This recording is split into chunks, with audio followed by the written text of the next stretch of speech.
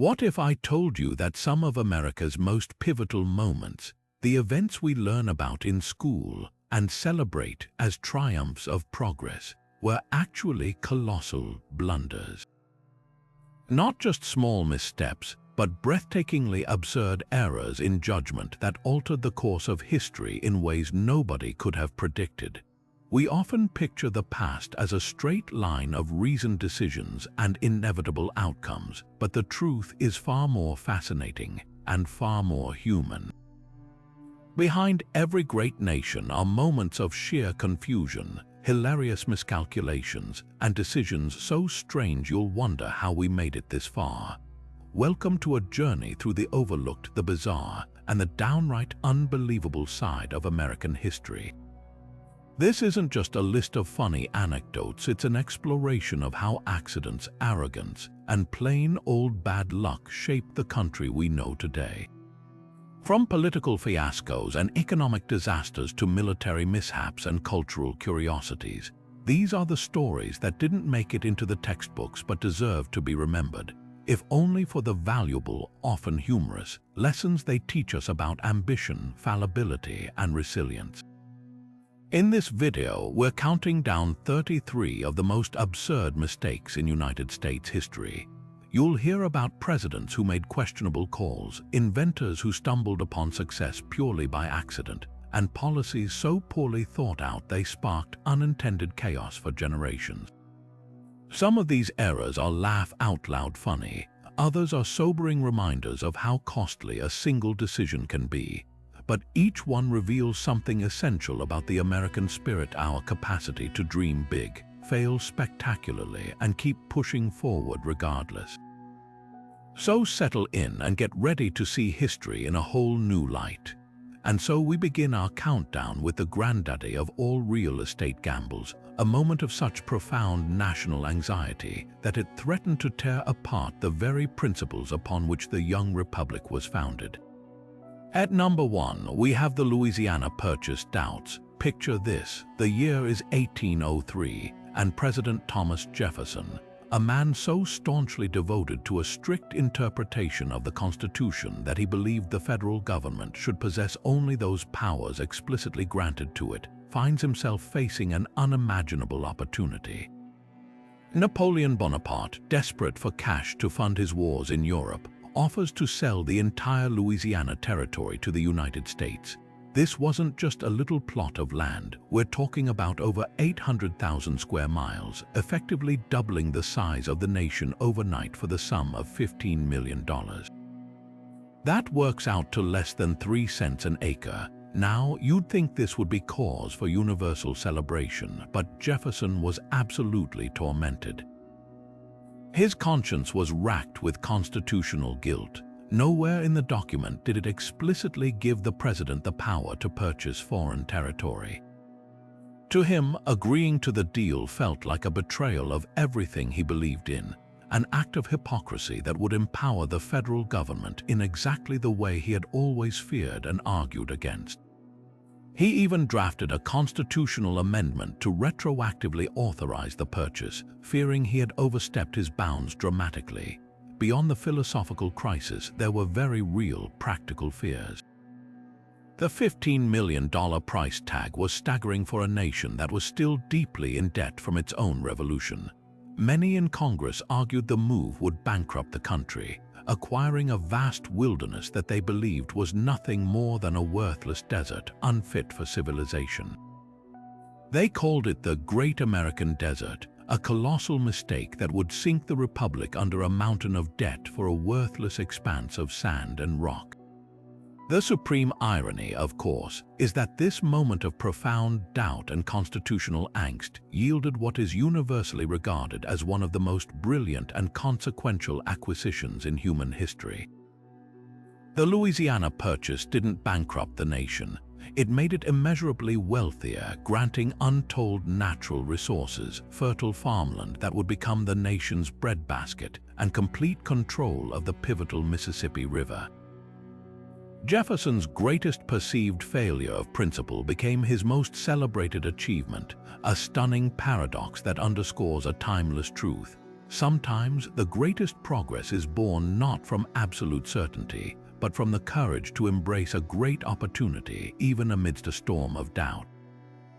And yet, for all its eventual glory, the Louisiana Purchase also set a dangerous precedent of executive power that would haunt Jefferson almost immediately, leading directly to our next entry.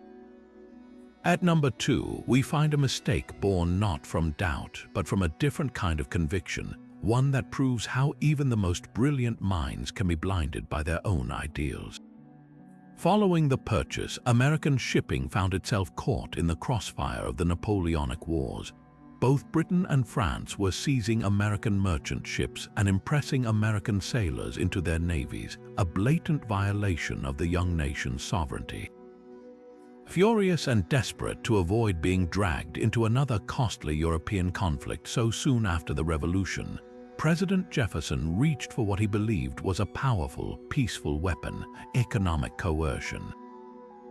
His solution was the Embargo Act of 1807, a law that was as simple in its design as it was catastrophic in its execution.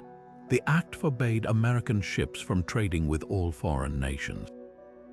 The theory was elegant. By cutting off both Britain and France from American goods, Jefferson would force the two warring giants to respect neutral rights. He believed the economic pressure would bring them to their knees without a single shot being fired, upholding his deep-seated belief in peaceable coercion over military might. It was a policy crafted from the best of intentions to preserve American neutrality and protect American citizens from the horrors of war, but the reality was an unmitigated disaster. The embargo didn't hurt Britain or France nearly as much as it decimated the American economy, particularly in the commercial hubs of New England and the maritime South. Overnight, sailors, dockworkers, shipbuilders, and farmers who exported their goods were thrown into utter destitution. Harbors that once teemed with activity fell silent, their ships rotting at the wharves. The price of everyday goods skyrocketed as imports dried up. Rather than uniting the country, the embargo bred massive civil disobedience and turned neighbors into criminals. With legitimate trade strangled, smuggling became a national pastime. A brisk illegal trade flourished with Canada, and tales of daring midnight runs across the Great Lakes and the northern border became common folklore.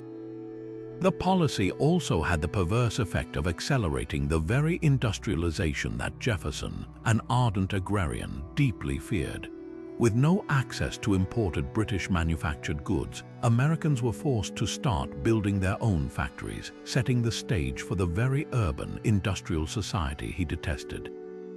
The political backlash was ferocious, with the act being labeled the Dambargo, or Ograbme, embargo spelled backwards, in political cartoons that depicted it as a monstrous turtle snapping at and hindering American merchants. The law became so hated and so unenforceable that it was repealed just 15 months later, replaced by the weaker Non-Intercourse Act. Most tragically of all, this well-intentioned effort to preserve peace ultimately became a primary catalyst for the very war it sought to avoid. The economic hardship and national humiliation caused by the embargo fueled a rising tide of anger, particularly among a new generation of political leaders known as the war hawks. They argued that national honor had been stained and that the only path forward was through military confrontation with Britain. In its desperate attempt to avoid conflict, Jefferson's policy had crippled the nation's economy, divided its people, and paved the road directly to the War of 1812. It stands as a stark lesson in the law of unintended consequences, a perfect example of how a principled stand, divorced from practical reality, can create a catastrophe far greater than the problem it was meant to solve. From the economic self-sabotage of the Embargo Act, we now turn to a judicial error of such monumental proportions that it didn't just damage the economy, but shattered the very foundations of American law and morality, pushing the nation irrevocably toward civil war. At number 3, we have the Dred Scott decision of 1857. If the previous mistakes were born from flawed policy, This was a catastrophe authored by the highest court in the land, an institution meant to be the final arbiter of reason and justice. The case itself centered on a man named Dred Scott, an enslaved person who had lived for years in the free state of Illinois and the free territory of Wisconsin with his enslaver, an army surgeon. Upon returning to the slave state of Missouri, Scott sued for his freedom, arguing that his residence on free soil had effectively emancipated him. His case wound its way through the courts for a decade, a period of escalating national tension over the explosive issue of slavery's expansion into the Western territories. When the Supreme Court, led by Chief Justice Roger B. Taney, finally delivered its ruling, it aimed to settle the slavery question once and for all. Instead, it poured gasoline on a smoldering fire.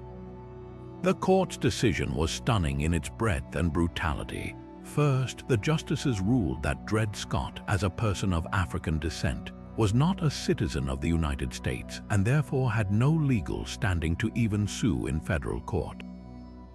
But the court didn't stop there. It went much, much further.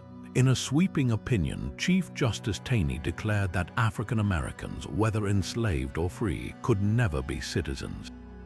He wrote that they were, quote, beings of an inferior order and altogether unfit to associate with the white race, either in social or political relations, and so far inferior that they had no rights which the white man was bound to respect. This dehumanizing language was just the beginning. The court then took aim at the core political compromise that had been holding the fragile Union together, the Missouri Compromise of 1820. This federal law had prohibited slavery in certain U.S. territories.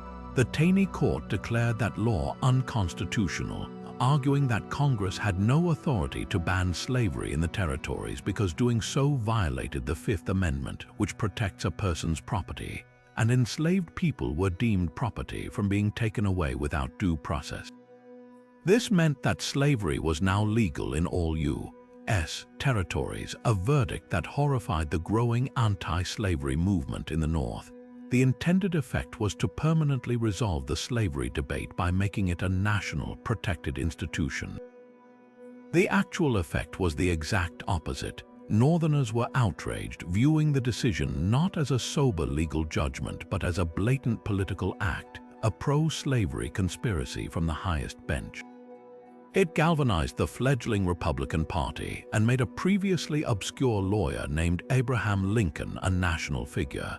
Lincoln condemned the ruling in his famous House Divided speech, arguing that the nation could not continue half slave and half free, and warning that the court's next move would be to force slavery into the free states themselves.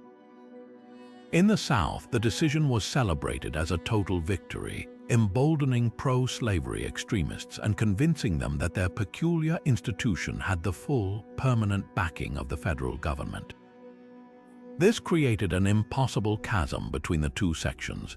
The Dred Scott decision is perhaps the greatest self-inflicted wound in the history of the U.S. Supreme Court. By attempting to use judicial power to impose a final solution, the court utterly destroyed its own legitimacy in the eyes of half the country and demolished the political compromises that had prevented war for decades. It removed any hope for a peaceful, political resolution to the slavery issue, proving to a growing number of Americans that the slave power was an aggressive, expansionist force that would not be contained by law or conscience. In its arrogant attempt to create a definitive peace, the court provided the single most powerful legal and moral catalyst for the Civil War, a stark reminder that when justice is blinded by prejudice, the consequences can be literally fatal for a nation. The devastating human and moral cost of the Dred Scott decision reveals how judicial overreach can push a nation to the brink. But our next colossal error shows how economic overconfidence and a deep-seated distrust of financial institutions can trigger a different kind of national collapse. At number 4, we have the Panic of 1837 and the Specie Circular, a financial disaster almost entirely engineered by one of America's most headstrong presidents, Andrew Jackson. To understand this monumental policy blunder, we have to step back into the economic frenzy of the 1830s, a period often called the era of wildcat banking. Following Jackson's decisive victory over the Second Bank of the United States, which he viewed as a monstrous monopoly that served the wealthy elite at the expense of the common man, the American financial landscape was transformed. With the central bank gone, regulation vanished. State-chartered banks, often with minimal reserves and sometimes operating out of remote frontier shacks, the origin of the term wildcat banks, sprang up everywhere, issuing paper money with little more than a hope and a prayer to back its value. Land speculation, particularly in the Western Territories, became a national obsession. Easy credit and abundant paper banknotes fueled a massive real estate bubble, with everyone from wealthy investors to small farmers buying up parcels of government land on credit, expecting prices to soar forever. The federal government was essentially flooded with this questionable paper currency from hundreds of different banks, and it was all piling up in vaults, its real value uncertain. President Jackson, a hard money man to his core, watched this speculative mania with growing alarm and deep suspicion. He saw it not as economic growth, but as a corrupt and unstable house of cards built on fictitious paper, and he was determined to pop the bubble before it grew even larger. His weapon of choice was the Specie Circular, an executive order issued in July 1836. With the stroke of a pen, Jackson decreed that henceforth, the federal government would only accept payment for public land in gold or silver coin specie. Paper money from state banks was no longer acceptable. The theory was brutally simple. By demanding hard currency, he would force speculators to put real money on the table, cool down the overheated market, and prevent the government from being left holding a mountain of worthless paper if the bubble burst. On paper, it was a move to ensure fiscal responsibility and curb the excesses of reckless speculation. In practice, it was an economic detonator. The order created an instant, massive nationwide demand for gold and silver coins that the economy simply could not meet. There wasn't nearly enough hard currency in circulation to cover the enormous volume of land sales. Speculators and settlers alike scrambled to get their paper notes converted into coin at their local banks, but those banks, which held very limited specie reserves, were immediately overwhelmed. A devastating run on the banks began. One by one, banks suspended specie payments, meaning they refused to redeem their own paper notes for gold and silver. This destroyed public confidence entirely, rendering vast amounts of paper money practically worthless overnight. Credit, the lifeblood of the economy, evaporated. The bubble didn't just deflate, it exploded. The panic began in New York in May 1837 and spread like wildfire across the country. Businesses that relied on credit collapsed, factories shuttered their doors, and unemployment skyrocketed. Wave after wave of bank failures wiped out the savings of countless Americans. The boom times vanished, plunging the nation into a deep economic depression that would last for nearly 5 years, one of the most severe in U.S. history until the Great Depression a century later. The very common men Jackson sought to protect were the ones who suffered most, losing their farms, their businesses, and their livelihoods. The supreme irony of the Specie Circular is that it was a solution that massively exacerbated the problem it was meant to solve. Jackson's profound distrust of paper money and centralized banking led him to implement a policy that utterly destabilized the entire monetary system. By trying to force a hard money reality onto a paper money economy, he triggered the very crash he had hoped to avoid. His well-intentioned but rigid policy prescription failed to account for the complex, interconnected nature of finance, demonstrating a tragic lack of economic foresight. The Panic of 1837 stands as a timeless lesson in the dangers of applying a simplistic, ideological fix to a complex economic problem, a mistake whose painful consequences would linger long after Old Hickory had left the White House. Moving from the economic turmoil of the Jacksonian era, we now journey further back to the very foundation of the Republic, to a moment when the fledgling United States faced an external threat so severe that its leaders willingly compromised the very liberties they had just fought a revolution to secure. At number 5, we have the Alien and Sedition Acts of 1798, a quartet of laws that represent one of the most direct and chilling assaults on free speech and civil liberties in American history. The young nation was in a state of undeclared naval war with France, known as the Quasi-War. Federalist Party leaders, including President John Adams, were gripped by a palpable fear that the radical ideas of the French Revolution and the presence of French sympathizers, often immigrants, posed an existential threat to the security of the United States. They saw criticism of the government not as patriotic dissent, but as sedition that could undermine the war effort and topple the Republic. In this atmosphere of intense paranoia, the Federalist-dominated Congress passed 4 laws designed to silence their opponents, who were largely clustered in the Democratic-Republican Party led by Thomas Jefferson and James Madison. The 3 Alien Acts extended the duration required for immigrants to become citizens from 5 to 14 years, gave the president the power to deport any non-citizen deemed dangerous to the peace and safety of the United States, and even allowed for the arrest and deportation of male citizens of a hostile nation during wartime. But the most infamous of the 4 was the Sedition Act. This law made it a federal crime to publish false, scandalous, and malicious writing against the government or its officials, punishable by heavy fines and up to 2 years in prison. In essence, it criminalized criticism of the president and Congress, a direct violation of the First Amendment's guarantee of freedom of speech and of the press. The enforcement of these acts was as partisan as their motivation.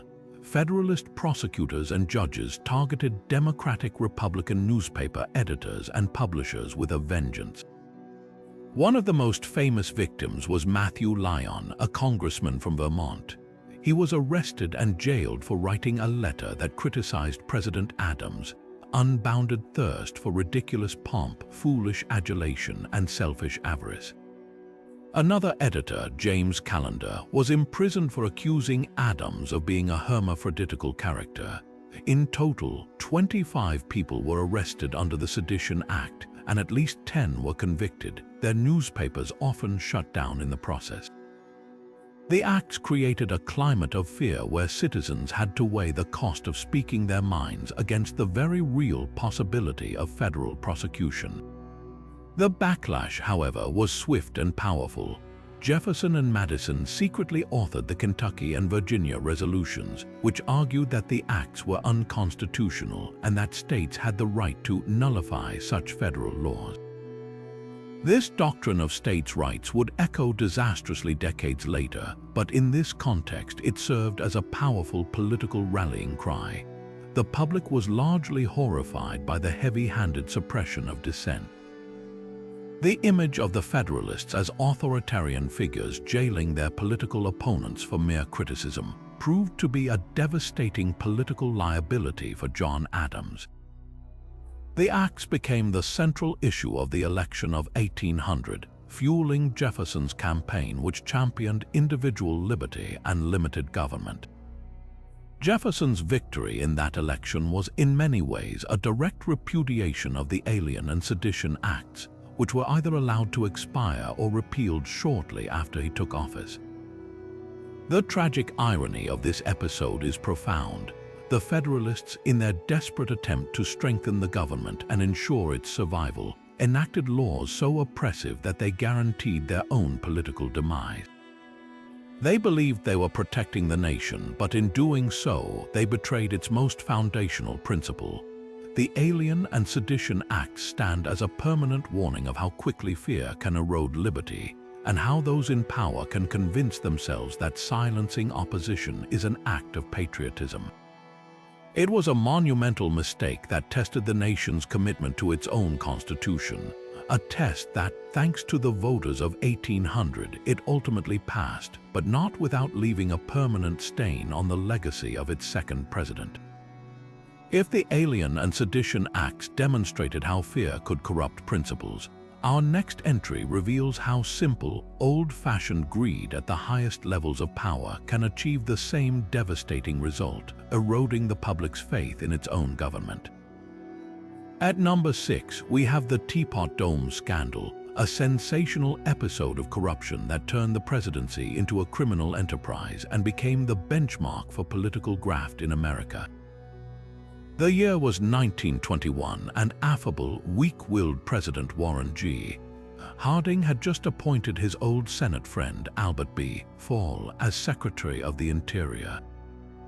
Fall was put in charge of a priceless national treasure, the U.S. Navy's emergency oil reserves, stored at 2 locations in California and one underneath a distinctive rock formation in Wyoming known as Teapot Dome. These reserves were sacrosanct, intended solely to fuel the fleet in case of a national emergency, but Secretary Fall saw them not as a strategic asset for the nation, but as a personal piggy bank.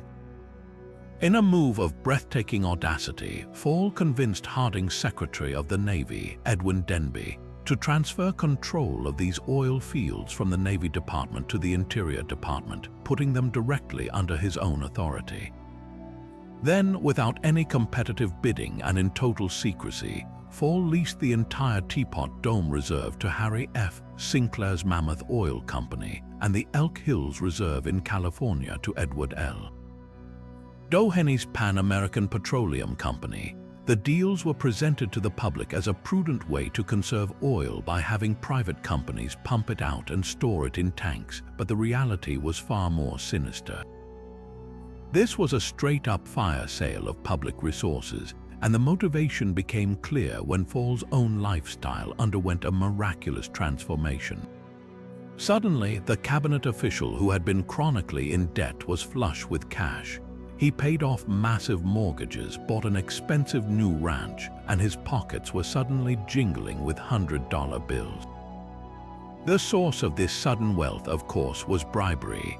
It was later revealed that Fall had received a no-interest loan of $100,000 from Doheny, a sum delivered in a little black bag by Doheny's own son, and more than $400,000 in cash, bonds, and valuable livestock from Sinclair.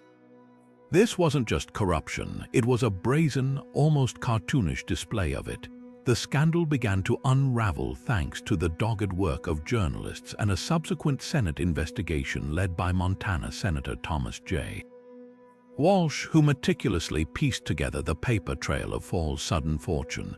The public was absolutely captivated and horrified as the sordid details spilled out in newspaper headlines day after day, revealing a level of cronyism and criminality operating right out of the Oval Office. The fallout was catastrophic for the Republic's trust. President Harding, overwhelmed by the brewing scandals that surrounded his Ohio gang of friends, died suddenly in August 1923, perhaps mercifully spared from the full brunt of the coming disgrace. His successor, Calvin Coolidge, was forced to clean house and the long legal battles began. The Supreme Court eventually revoked the oil leases, returning the fields to the government, but the real precedent was set in the courtroom. For the first time in history, a former cabinet secretary was convicted of a felony for actions taken in office. Albert B. Fall was found guilty of accepting bribes and sentenced to a year in prison. Harry Sinclair was jailed for contempt of court and jury tampering, though both oil tycoons ultimately avoided convictions on the main bribery charges. The Teapot Dome scandal did more than send a few wealthy men to jail. It fundamentally shattered the public's innocence. After the moral certitude of World War I and the promise of a return to normalcy, the scandal exposed a rotting core within the federal government. It created a pervasive and lasting cynicism toward Washington, a suspicion that those in power were not public servants but opportunists lining their own pockets. The scandal became the archetype for all future government corruption, its name forever synonymous with the betrayal of the public trust. It proved that the greatest threat to democracy isn't always a foreign enemy or a grand ideological battle. Sometimes it's just a man in a suit with a hand out, willing to sell his nation's security for a bag of cash and a few prize heifers. While the Teapot Dome scandal exposed corruption from within, our next monumental era demonstrates how a foreign policy doctrine, driven by fear and flawed logic, can lead a nation into a devastating quagmire with tragic human consequences. At number 7, we have the Vietnam War escalation, a 20-year exercise in strategic miscalculation where a combination of Cold War paranoia, manipulated intelligence, and a stubborn refusal to acknowledge reality cost tens of thousands of American lives and fractured the nation's soul. The foundational mistake was not a single event, but a pervasive ideology known as the domino theory.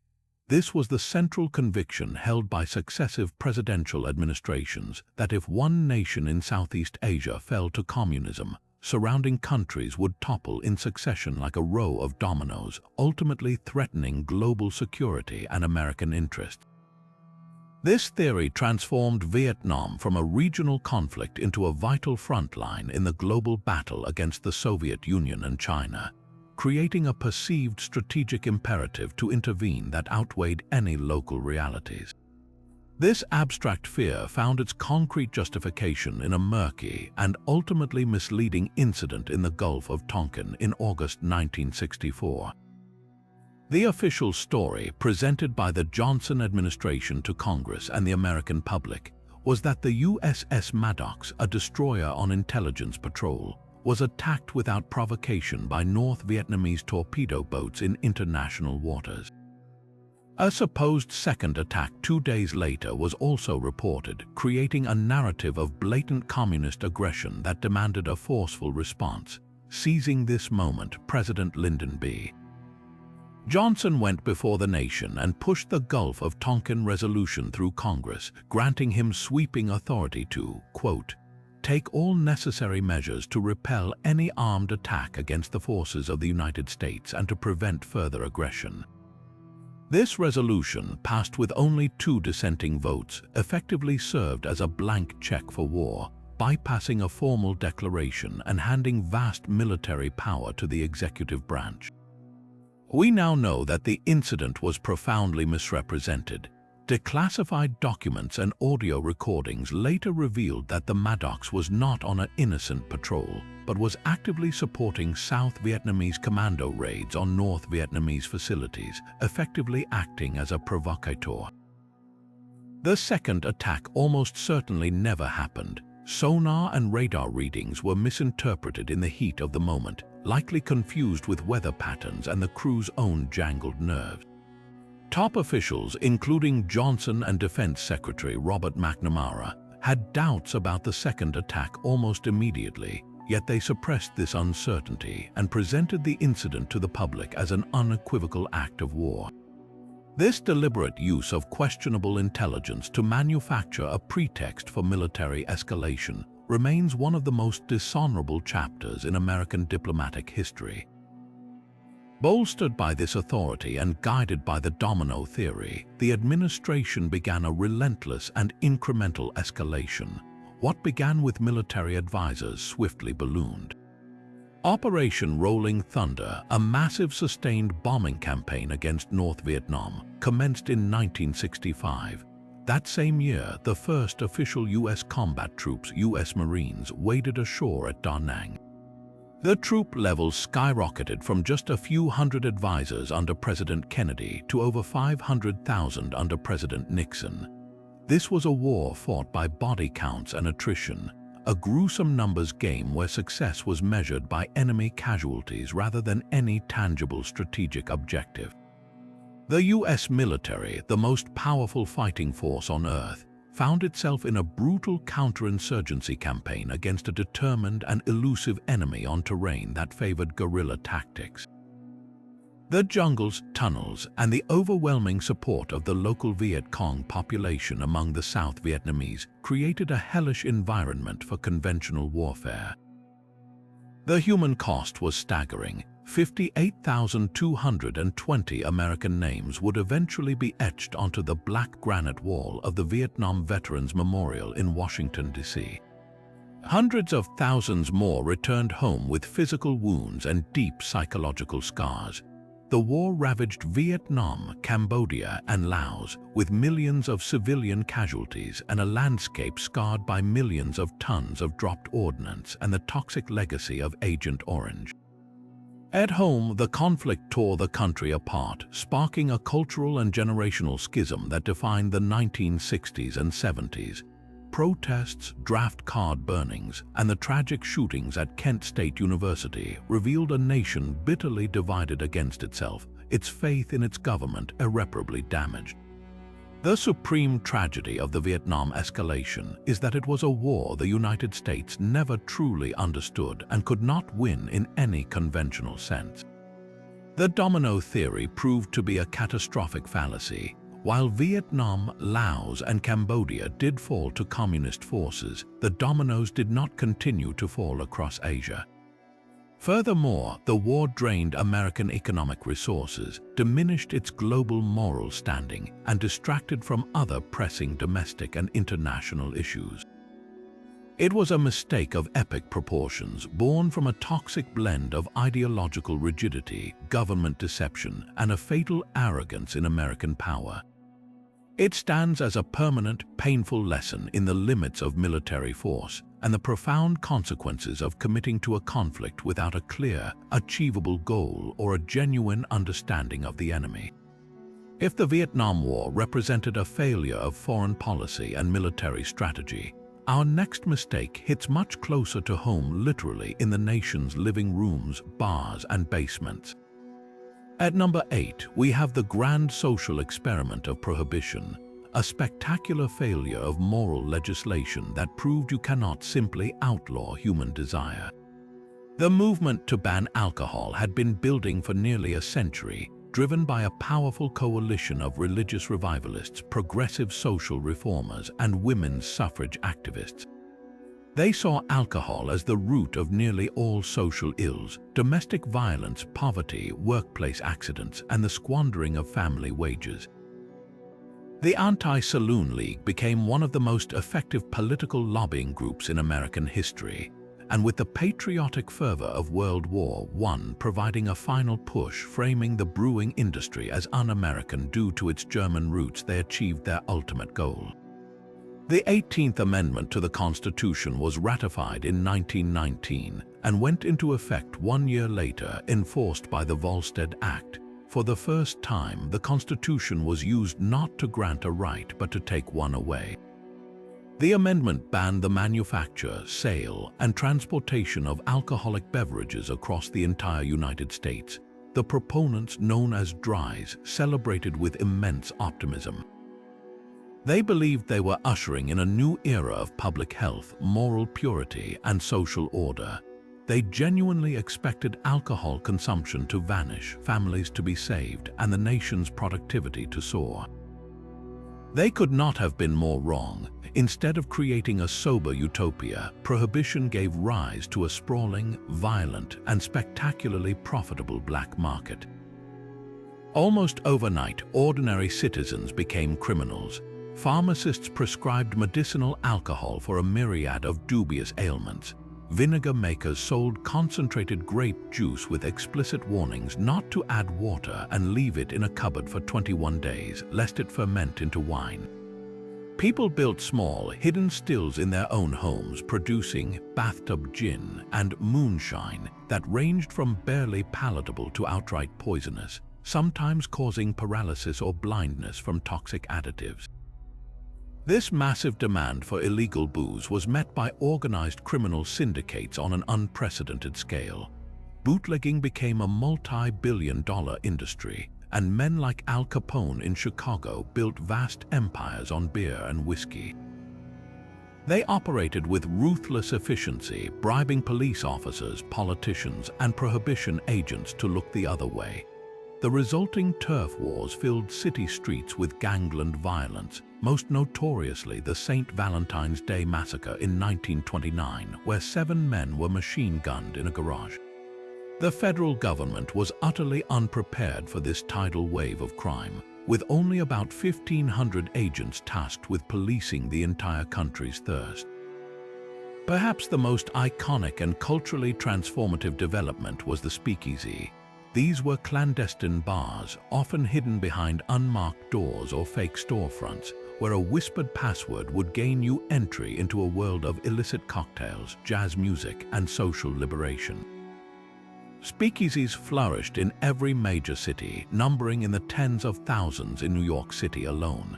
They became great social equalizers where women could smoke and drink publicly alongside men, and racial lines were often blurred on the dance floor. In its attempt to enforce a rigid moral code, Prohibition inadvertently broke down many other social barriers and fueled a new era of cultural rebellion and hedonism known as the Roaring Twenties. The financial cost of enforcing this unenforceable law was staggering, diverting vast resources from other needs. Meanwhile, the government was losing billions in potential tax revenue from the legal alcohol trade at the very moment it needed funds to combat the Great Depression that began in 1929. The final nail in the coffin was a shift in public opinion. What began as a noble experiment was now widely viewed as a hypocritical disaster that empowered criminals, corrupted law enforcement, and made a mockery of the Constitution. The debate over repeal became a central issue in the 1932 presidential election. Franklin D. Roosevelt ran on a platform that included ending prohibition, and his landslide victory signaled the public's overwhelming desire to bring the experiment to an end. The 21st Amendment, ratified in 1933, did something that had never been done before. It repealed a constitutional amendment. It was a humbling admission of a national mistake. Prohibition stands as a timeless lesson in the limits of government power. It demonstrated that laws which lack popular support and run counter to deeply ingrained cultural practices are doomed to fail, often creating a set of problems far worse than the one they were designed to solve. It showed that you cannot legislate morality from the top down, and that sometimes the most well-intentioned reforms can have the most disastrous and unintended consequences. From the domestic overreach of prohibition, we now pivot to a much more recent and devastating foreign policy miscalculation, one born not from moral crusading but from a potent mix of post-traumatic fear, ideological certainty, and tragically flawed information. At number 9, we have the Iraq War and the catastrophic intelligence failure over weapons of mass destruction. In the wake of the horrific September 11th attacks, the United States was gripped by a visceral and understandable sense of vulnerability. The nation was on high alert, and the administration of President George W. Bush was intently focused on preventing the next catastrophic strike. This atmosphere of acute fear became the fertile ground for a long-held neoconservative foreign policy vision: the use of American military power to aggressively reshape the Middle East by toppling hostile regimes and planting the seeds of democracy.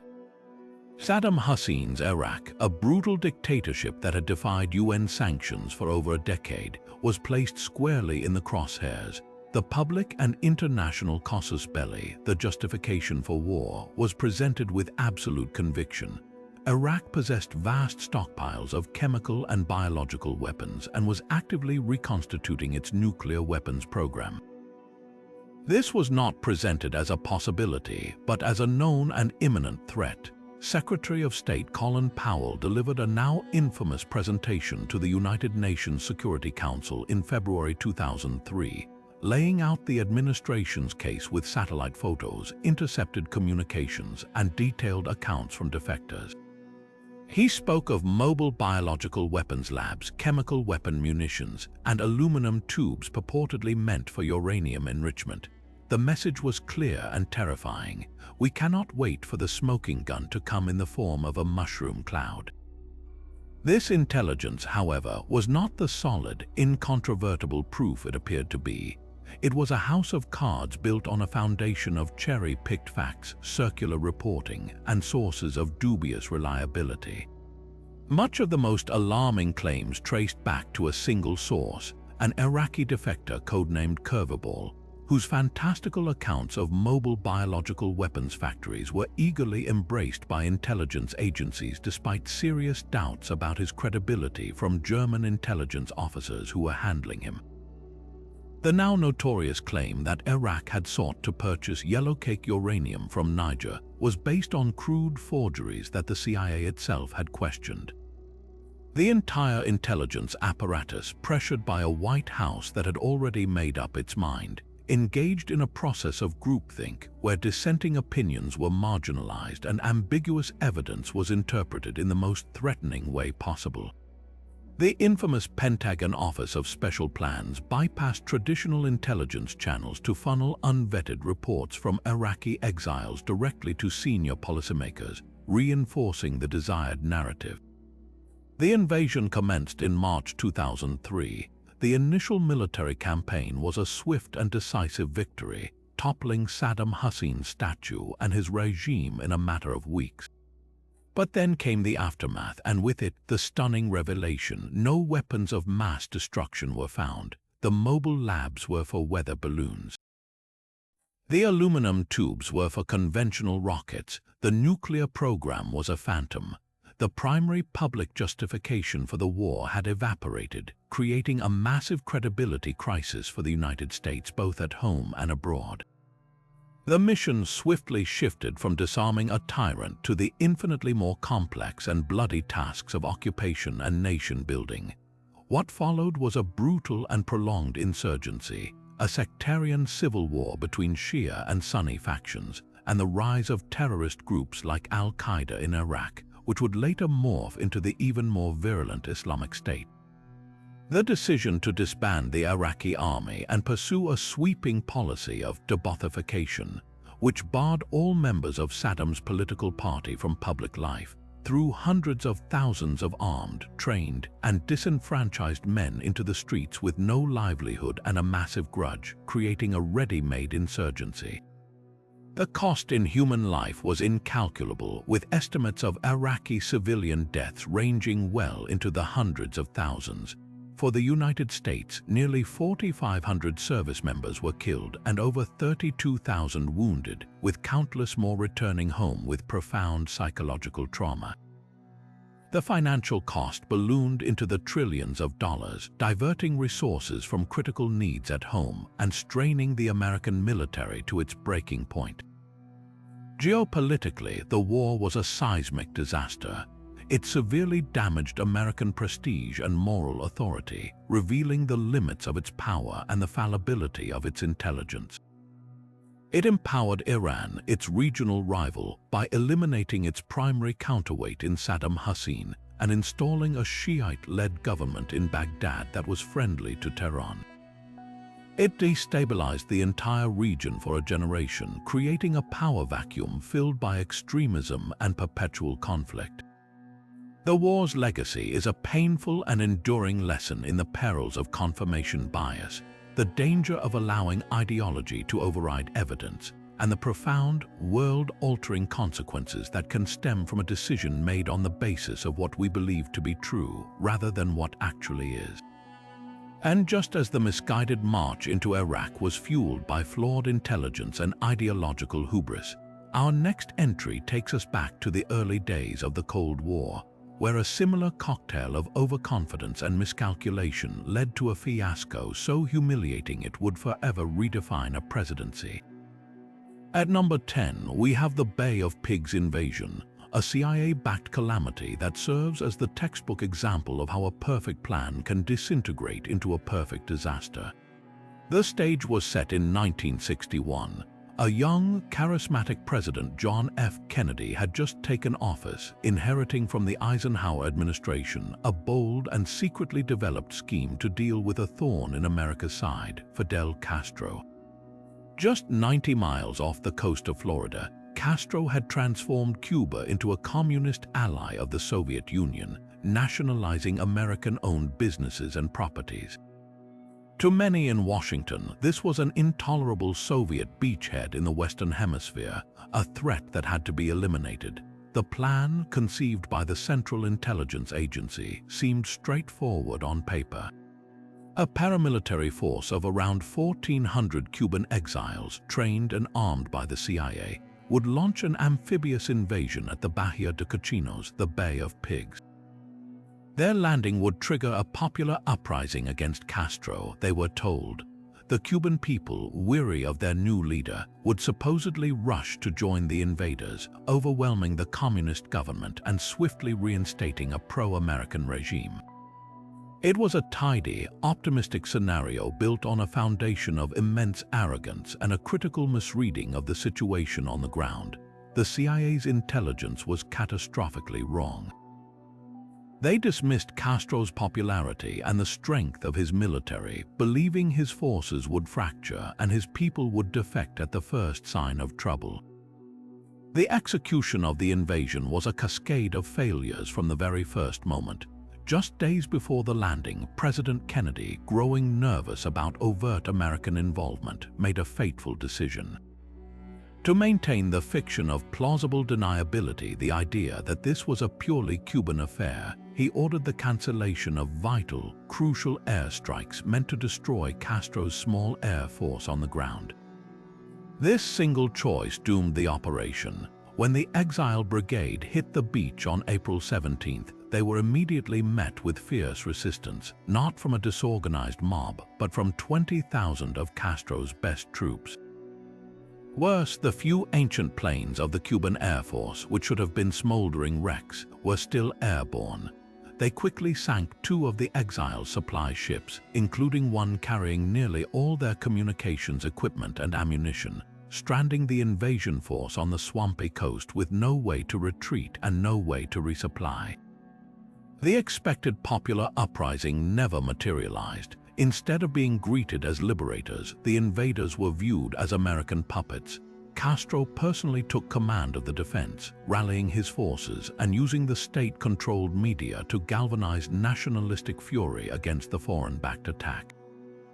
Meanwhile, President Kennedy, boxed in by his own desire for deniability, refused to authorize any direct U.S. military support.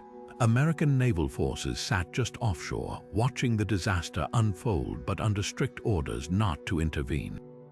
The exiles fought bravely but were hopelessly outnumbered and outgunned. Within just 3 days, the invasion was completely crushed. Over 100 men were killed in the fighting, and nearly 1,200 were captured and paraded on television, a humiliating spectacle for the world to see. The aftermath was a geopolitical gift to Castro and a nightmare for Kennedy. Instead of toppling the regime, the failed invasion massively strengthened Castro's grip on power. It allowed him to solidify his image as a David who had vanquished the American Goliath, silencing his domestic critics and entrenching communism in Cuba for decades to come. It also pushed him directly into the arms of the Soviet Union for protection, setting the stage for the most dangerous confrontation of the entire Cold War, the Cuban Missile Crisis just 18 months later, when the Soviets began installing nuclear missiles on the island, bringing the world to the brink of annihilation. For President Kennedy, the Bay of Pigs was a searing lesson in the perils of trusting the so-called experts without asking tough questions. He was furious, feeling he had been misled by the CIA and the military brass. He famously said he wanted to splinter the CIA into 1,000 pieces and scatter it to the winds. The disaster taught him a crucial skepticism that would later serve him well during the missile crisis. But the immediate cost was a devastating blow to American prestige and a profound erosion of trust in a young president who had promised a new era of vigor and competence. The Bay of Pigs remains a stark lesson in the dangers of groupthink, the limits of proxy warfare, and the catastrophic consequences of a plan that confuses what you hope will happen with what is actually likely to occur. Continuing our journey through these profound national errors, we arrive at a chapter so brutal and heartless it stands as a permanent stain on the American conscience. At number 11, we have the Trail of Tears, a state-sanctioned campaign of forced removal that epitomizes the catastrophic intersection of unchecked presidential power, racial ideology, and a blatant disregard for human dignity.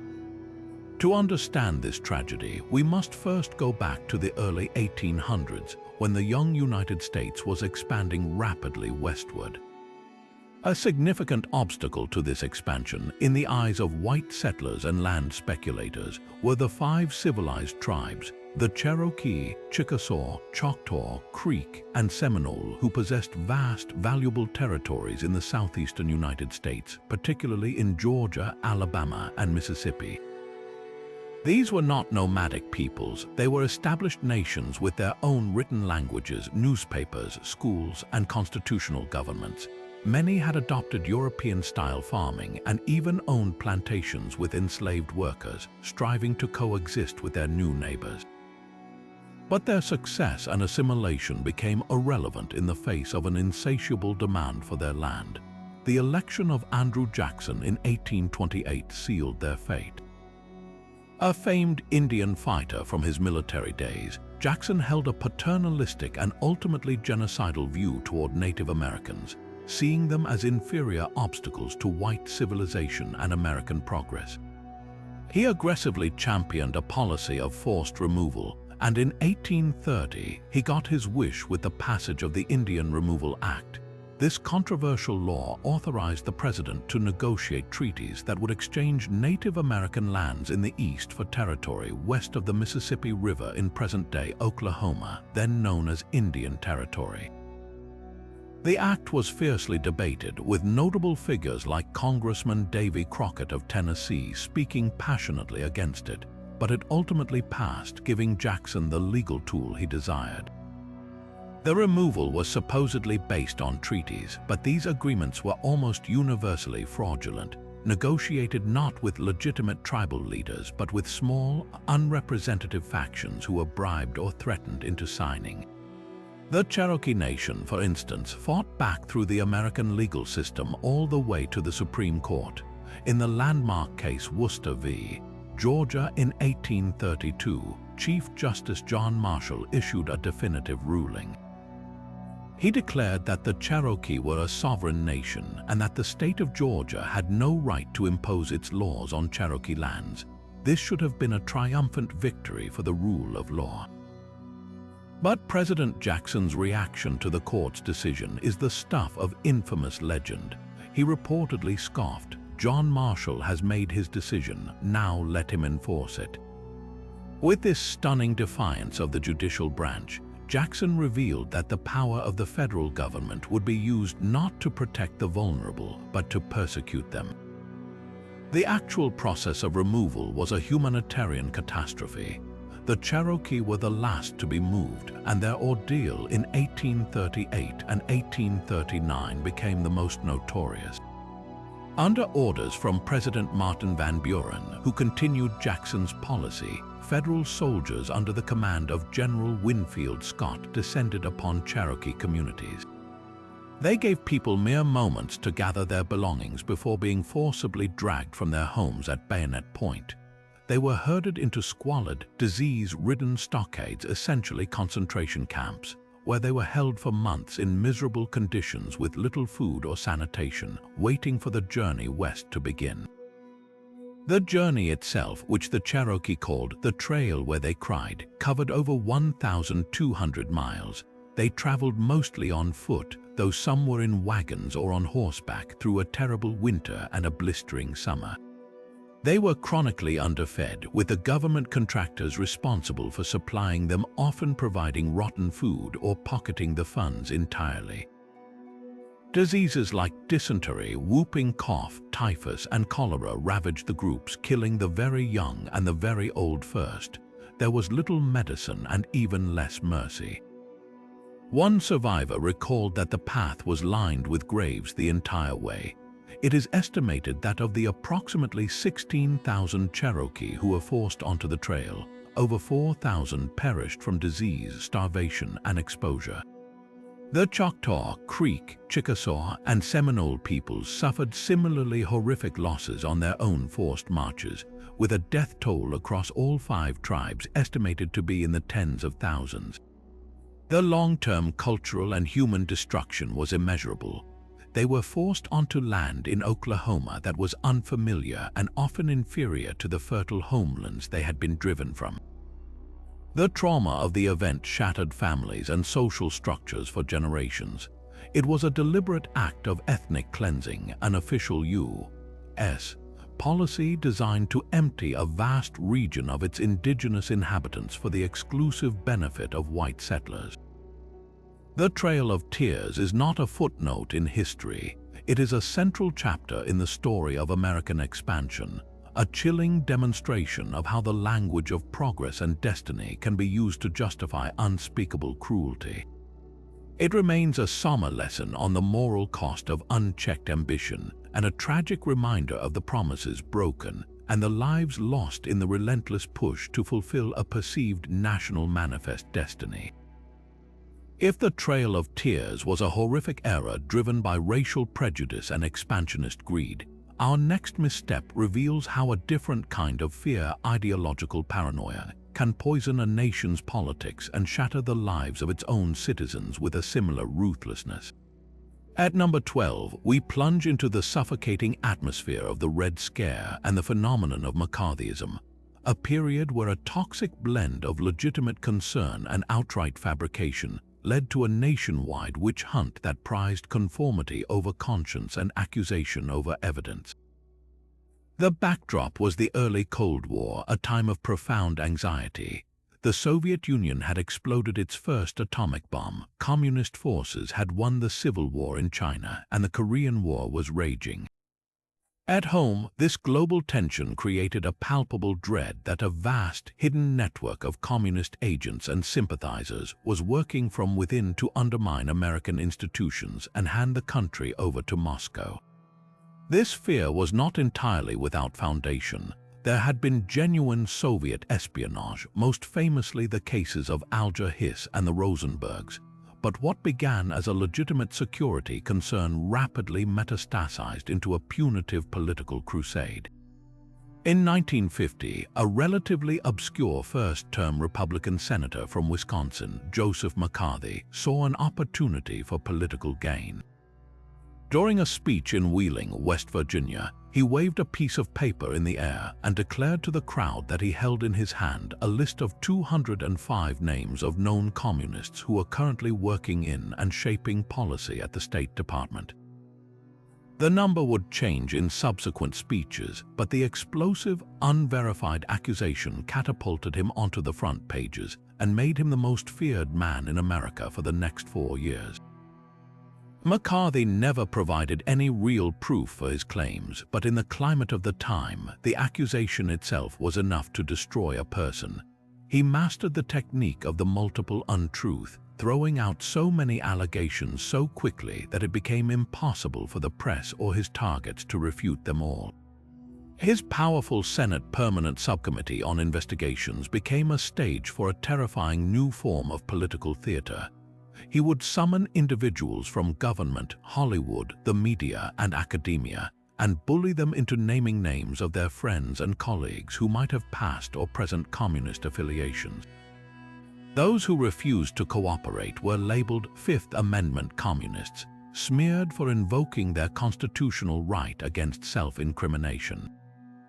Those who were accused, even on the flimsiest of hearsay, found their careers and reputations obliterated overnight. This era of blacklisting extended far beyond the Senate hearing room.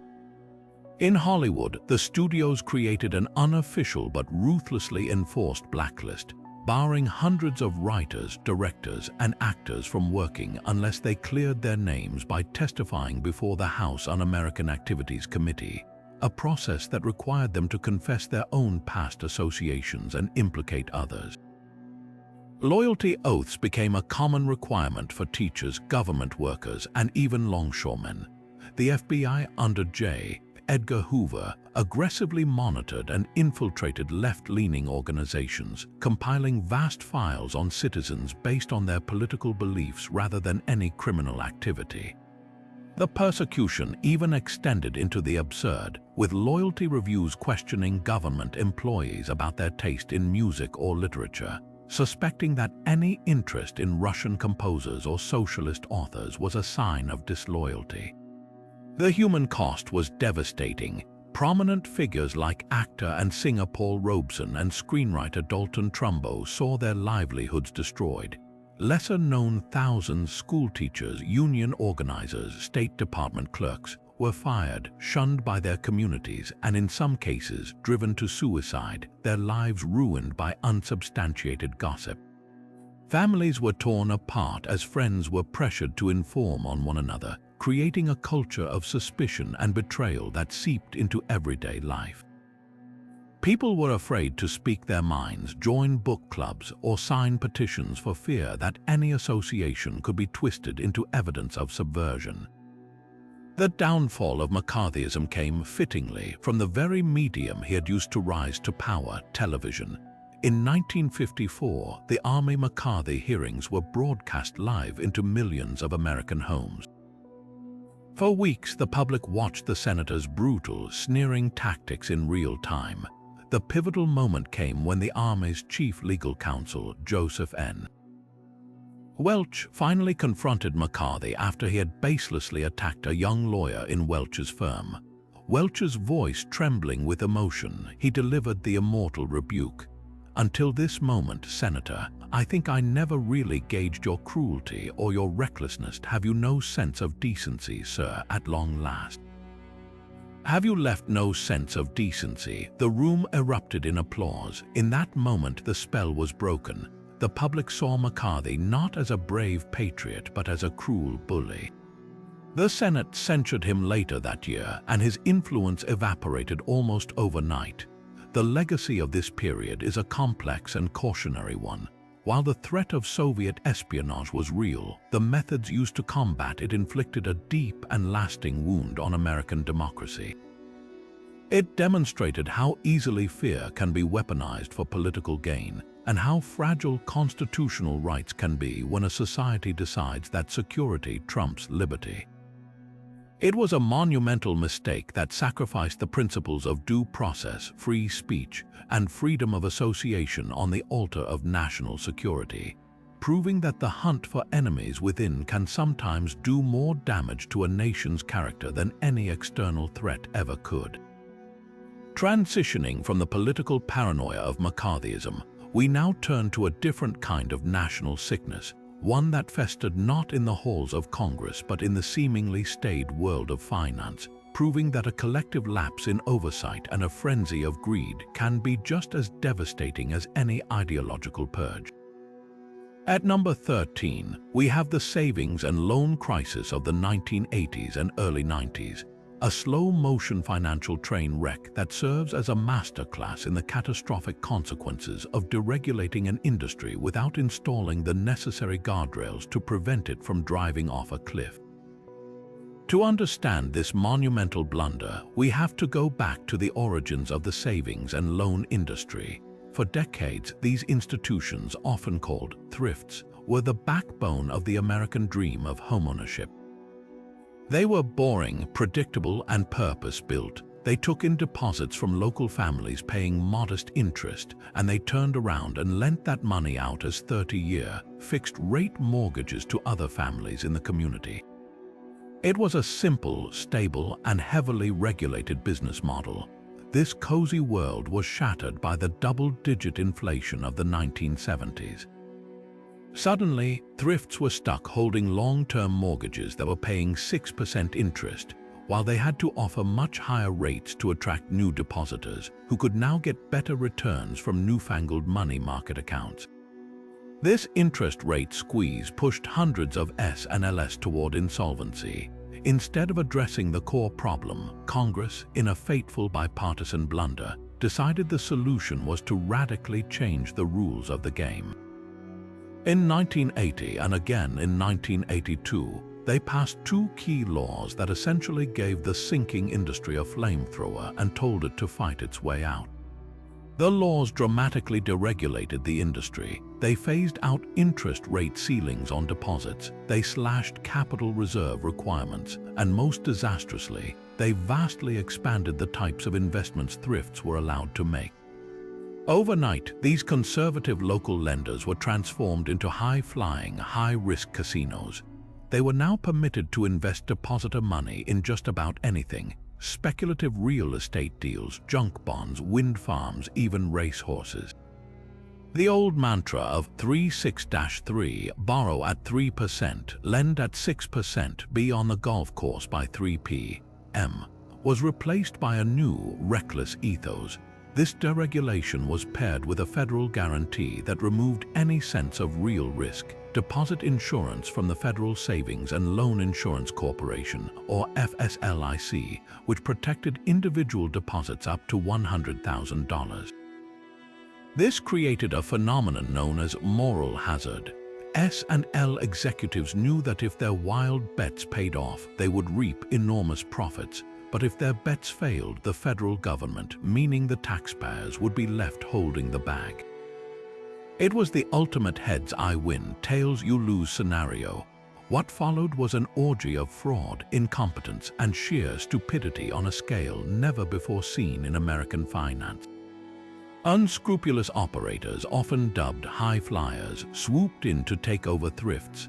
They offered depositors sky-high interest rates to attract massive inflows of cash, which they then poured into outrageously risky ventures. Charles Keating of Lincoln Savings and Loan in California became the poster child for the crisis, using depositor funds to finance a sprawling empire of bad investments, political contributions, and a lavish lifestyle, all while aggressively fighting off regulators. In Texas, the situation was even worse, with entire thrifts essentially becoming criminal enterprises. They engaged in land flips, where a parcel of worthless desert would be sold back and forth between conspiring parties at ever-inflated prices, with the final, absurd value used as collateral for a massive loan from the S&L that would never be repaid. The regulators who were supposed to be watching this circus were utterly overwhelmed. The Reagan administration, committed to its philosophy of government non-interference, had severely cut the staff and budget of the regulatory agencies. Those examiners who were left found themselves outgunned by the thrift's high-priced lawyers and lobbyists. When they did try to sound the alarm, they were often blocked by powerful members of Congress who had received generous campaign contributions from the industry. The infamous Keating 5 scandal saw 5 U.S. senators, including John McCain and John Glenn, accused of improperly intervening with regulators on Charles Keating's behalf. The system wasn't just broken, it was complicit. The inevitable collapse began in 1986 and rolled through the economy like a tidal wave for years. As the risky investments soured, thrifts began failing by the hundreds. The FSLIC insurance fund, which had been designed to handle the occasional failure of a small thrift, was instantly vaporized. The government was forced to step in and honor the deposit guarantees, launching one of the most complex and costly financial cleanups in history. The Resolution Trust Corporation was created to act as a massive garbage disposal, taking over hundreds of failed thrifts, seizing their toxic assets, and selling them off for pennies on the dollar. The final price tag for taxpayers was a staggering $124 billion, a figure that was almost unimaginable at the time. For the average American, the crisis meant not just a huge bill but a deep sense of betrayal. It was a stark lesson in how the combination of deregulatory fervor, government guarantees, and outright criminality could create a perfect storm of financial looting. The S&L crisis was a direct precursor to the larger financial meltdowns that would follow decades later, proving that when we forget the lessons of the past, when we allow oversight to lapse and assume the good times will never end, we are doomed to pay the price for our collective amnesia. And from the financial looting of the savings and loan crisis, we now turn to a far more personal and profound national failing, one where fear and prejudice led to the wholesale betrayal of American citizens by their own government. At number 14, we have the Japanese internment, a dark chapter where the United States abandoned its most sacred principles in the panicked aftermath of Pearl Harbor. The date was December 7, 1941, a day that truly did live in infamy, the surprise attack by the Imperial Japanese Navy on the U.S. naval base in Hawaii killed over 2,400 Americans, sank or damaged numerous ships, and plunged the nation into a state of shock, grief, and rage. This visceral, understandable fear of another attack, particularly on the West Coast, created a climate of intense suspicion and paranoia. and in that climate, a convenient scapegoat was found: Japanese Americans. The arguments for their removal were not based on evidence, but on a toxic blend of long-standing racial prejudice, wartime hysteria, and outright economic opportunism. For decades, anti-Asian sentiment had festered on the West Coast, with laws like the Alien Land Laws preventing Japanese immigrants from owning property. Following Pearl Harbor, these prejudices were weaponized. Powerful agricultural interests who coveted the highly productive farmland worked by Japanese American families saw their chance. Politicians, military leaders, and newspaper columnists began a relentless campaign, whipping up public fear with sensational and unproven claims that every person of Japanese ancestry, even those born in the U.S. as full citizens, was a potential spy or saboteur waiting for a signal from Tokyo. They were accused of signaling enemy submarines from shore and plotting acts of sabotage, despite the FBI and other intelligence agencies, including the Office of Naval Intelligence, repeatedly stating there was no evidence of espionage or any fifth-column activity within the community. The logic was not logic at all, but pure racism. Their physical appearance alone made them disloyal in the eyes of the nation. Bowing to this pressure, President Franklin D. Roosevelt, a leader celebrated for his steadfastness during the Depression, made one of the most devastating decisions of his presidency. On February 19, 1942, he signed Executive Order 9066. This order did not mention Japanese Americans specifically. It authorized the Secretary of War and military commanders to designate large areas of the country as military zones, from which any or all persons may be excluded. In practice, it was a blanket authorization to forcibly remove anyone of Japanese descent, both immigrant parents who were barred from citizenship by racist laws, and their American-born children who were full U.S. citizens with all the constitutional rights that entails. There was no process, no hearings, no individual review. Guilt was assigned collectively based on ancestry. The implementation of the order was a breathtaking exercise in bureaucratic euphemism, obscuring a brutal reality. The Army posted notices on telephone poles and in community buildings, giving families sometimes as little as 48 hours to dispose of their homes, farms, businesses, and most of their personal belongings. They could take only what they could carry. Families were forced to sell their life's work for a pittance to neighbors who swooped in like vultures, or simply abandon everything. They were first herded into makeshift assembly centers, which were actually racetracks and livestock pavilions like the Santa Anita racetrack, where families lived in converted horse stalls that still reeked of manure, surrounded by barbed wire and armed guards.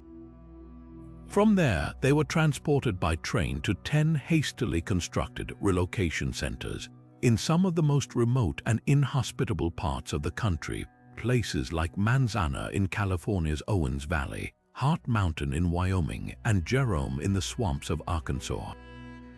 These were not camps, they were concentration camps. They were bleak complexes of tar paper barracks surrounded by watchtowers, searchlights, and armed military police who were instructed to shoot anyone who tried to leave. Entire families were crowded into single rooms with no plumbing, no cooking facilities, and thin walls that offered little protection from the blistering heat or bitter cold. They lived under constant surveillance, their freedom and dignity stripped away for no reason other than their bloodline.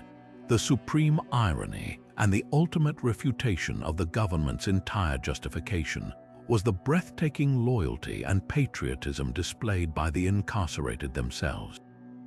Despite this unconscionable betrayal, thousands of young Japanese American men volunteered to serve in the U.S. military from behind barbed wire to prove their loyalty. They formed the legendary 442nd Regimental Combat Team, which became the most decorated unit for its size and length of service in American military history, fighting with incredible valor in Europe while their families remained imprisoned at home. Their motto was "Go for broke," and their sacrifice stands as a permanent testament to their true allegiance. thrown into stark contrast against the government's shameful actions. The internment lasted for most of the war, and its legacy was profound. It wasn't until 1944 that the Supreme Court, in the case of Korematsu v.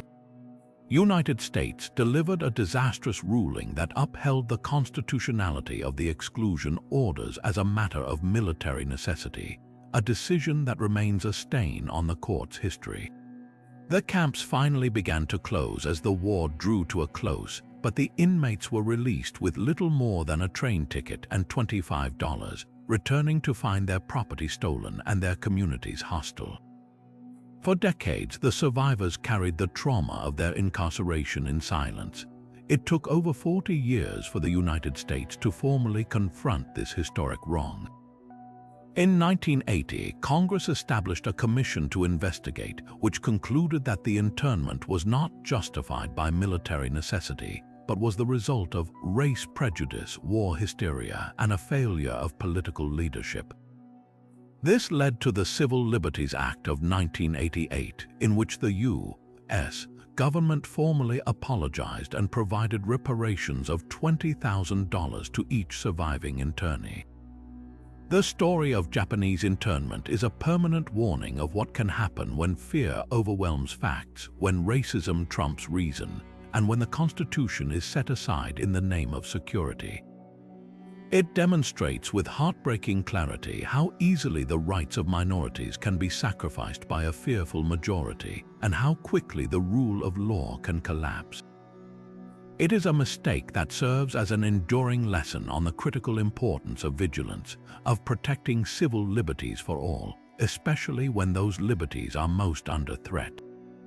While the internment of Japanese Americans was a catastrophic moral failure driven by the fears of a specific moment, our next colossal error is one of a different nature, a slow-moving and deeply existential mistake born not from panic but from procrastination, denial, and a tragic failure of global leadership. At number 15, we confront what may be the most far-reaching blunder in modern history, the failure to act on climate change sooner. This isn't a single event with a clear date and cast of characters, but a decades-long parade of missed opportunities, willful ignorance, and deliberately sowed doubt that has placed the entire planet on a perilous course. The truly absurd part of this story is that we were warned clearly and repeatedly, and yet we chose to hit the snooze button on a ticking time bomb. The scientific understanding that human activity could warm the planet is not a new revelation. As far back as the late 19th century, scientists like Svante Arrhenius were calculating how increases in atmospheric carbon dioxide from burning coal could trap heat and raise global temperatures. But the modern alarm bells began ringing with real urgency in the 1950s and 60s. Scientists like Charles David Keeling began meticulously measuring the steady, inexorable rise of CO2 in the atmosphere at the Mauna Loa Observatory in Hawaii, creating the now famous Keeling curve, a simple, terrifying graph that climbs year after year. By the 1970s, the evidence was coalescing into a firm scientific consensus. Major oil companies, notably ExxonMobil, conducted their own extensive internal research in the 1970s and 80s that confirmed fossil fuel consumption was driving global warming and predicted the dire consequences with stunning accuracy. This is where the mistake transforms from one of simple ignorance to one of profound, deliberate malfeasance. Rather than sounding a public alarm and pivoting their business model, these companies chose a different path. In the late 1980s, as the science became more public and politicians like Nass, a scientist James Hansen testified before Congress about the looming threat.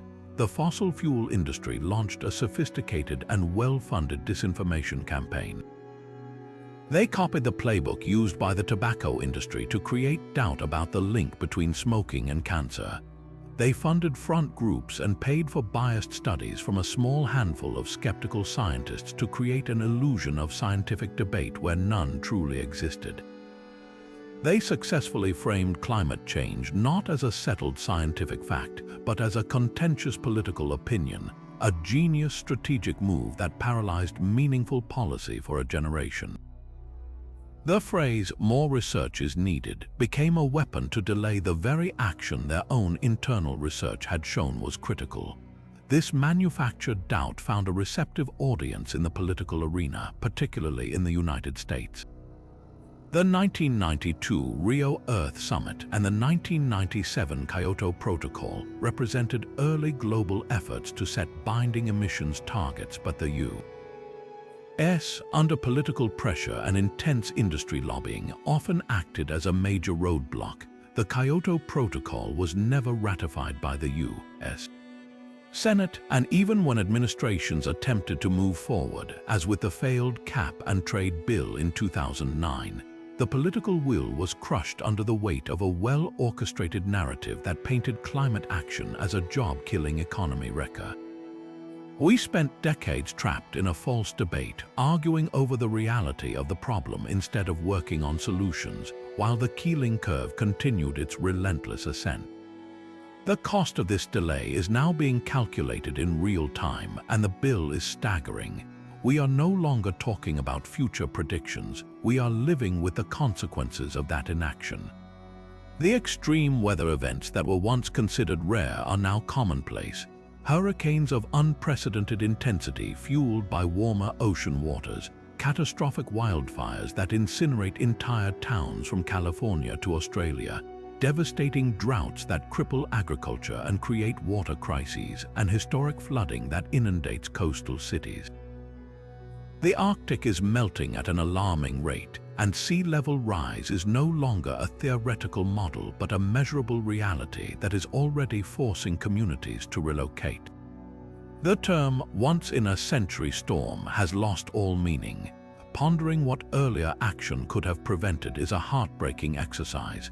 Had we heeded the warnings in the 1980s and begun a serious, coordinated transition to renewable energy, we would be living in a dramatically different world today. The technological shift would have been more gradual and manageable, giving economies time to adapt and workers time to retrain. The cost of building a green energy infrastructure would have been a fraction of the trillions of dollars we now must spend on disaster recovery, coastal defenses, and adapting to a changed climate. Countless species might not have been pushed to the brink of extinction, and fragile ecosystems like the Great Barrier Reef might have been spared from mass bleaching events. Most importantly, we would have had a far greater chance of limiting global warming to a less catastrophic level, avoiding the tipping points that could now plunge the planet into irreversible feedback loops. This failure is perhaps the ultimate testament to a profound short-sightedness in human nature, our inability to mobilize against a slow-moving crisis with the same urgency we apply to an immediate threat. We prioritized short-term economic gains and political convenience over the long-term health of the planet and the security of future generations. It is a mistake whose consequences will unfold for centuries, a permanent, painful lesson in the devastating price of ignoring a warning because it was inconvenient to hear. The tragedy is not that we didn't know, but that we knew and chose for decades to look away. From the slow-motion planetary crisis of climate inaction, we pivot to a financial explosion that happened in what felt like real time, a cataclysm so sudden and severe it brought the global economy to its knees. At number 16, we have the 2008 financial crisis and the era of deregulation that made it possible. A story of how a decades-long crusade to unshackle Wall Street created a monster that nearly devoured the world. To understand this collapse, we have to travel back to the aftermath of an earlier disaster, the Great Depression. In response to the bank failures that sparked that calamity, Congress passed the Glass-Steagall Act of 1933, a foundational piece of financial architecture. Its core principle was a simple, brilliant firewall. It forced a strict separation between commercial banks, which hold the deposits of everyday people and make standard loans, and investment banks, which engage in high-risk speculation with their own money. The idea was to protect Main Street from the inevitable casino-like losses of Wall Street, ensuring that your savings account wasn't being used as a chip in a high-stakes bet. For over half a century, this system provided remarkable stability. But starting in the 1980s, a new ideology took hold, championed by an influential alliance of bankers, economists, and politicians. They argued that these old New Deal regulations were antiquated, stifling innovation and profitability. They preached that the market could regulate itself, that the sophisticated players on Wall Street were the best judges of their own risk.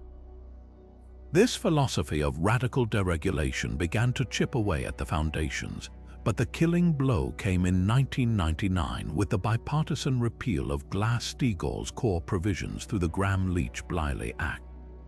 The firewalls came down. Now, a single financial behemoth could combine commercial banking, investment banking, and insurance under one massive roof. These new universal banks, deemed too big to fail, could now take the steady, low-risk deposits of millions of customers and use them as fuel for incredibly risky, complex speculative ventures. The stage was set for a disaster of unprecedented scale. The most dangerous of these new ventures was the explosive growth of the housing market, supercharged by financial alchemy. The process worked like this. Mortgage lenders, unleashed by further deregulation and hungry for fees, began writing millions of mortgages for people who could not afford them, the infamous subprime loans. These were often adjustable-rate mortgages with deceptively low introductory teaser rates that would later balloon to unpayable levels. But the lenders didn't care about the risk of default because they had a brilliant escape hatch. They would bundle thousands of these risky mortgages together into complex financial products called mortgage-backed securities and collateralized debt obligations, or CDOs. These toxic bundles were then blessed with top-tier, triple-A ratings by compliant credit rating agencies who were paid by the very banks selling the products. This was like allowing a student to pay their own professor for their report card grade. These beautifully packaged bundles of ticking time bombs were then sold off to investors, banks, and pension funds around the world, spreading the risk throughout the entire global financial system. To make the scheme even more dangerously leveraged, giant insurance companies like AIG sold billions of dollars in credit default swaps, essentially acting as insurance policies on these CDOs, betting that they would never fail. It was a classic case of moral hazard on a galactic scale. Everyone was making astronomical profits: the mortgage brokers, the investment banks that packaged the loans, the rating agencies, the insurers. The immense short-term rewards blinded them to the long-term, catastrophic risk. They believed housing prices would only ever go up, so the music would never stop.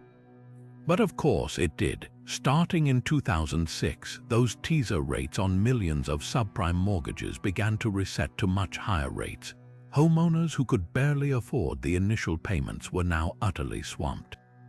Defaults began to skyrocket. The wave of foreclosures that followed caused housing prices, which had been artificially inflated by the frenzy, to plummet. Suddenly, those mortgage-backed securities, the ones rated AAA, were revealed to be virtually worthless. The losses were catastrophic and instantaneous. The firms that held them, like the investment bank Lehman Brothers, were wiped out almost overnight. The intricate web of credit default swaps meant that the failure of one firm threatened to topple all the others in a domino effect of financial ruin.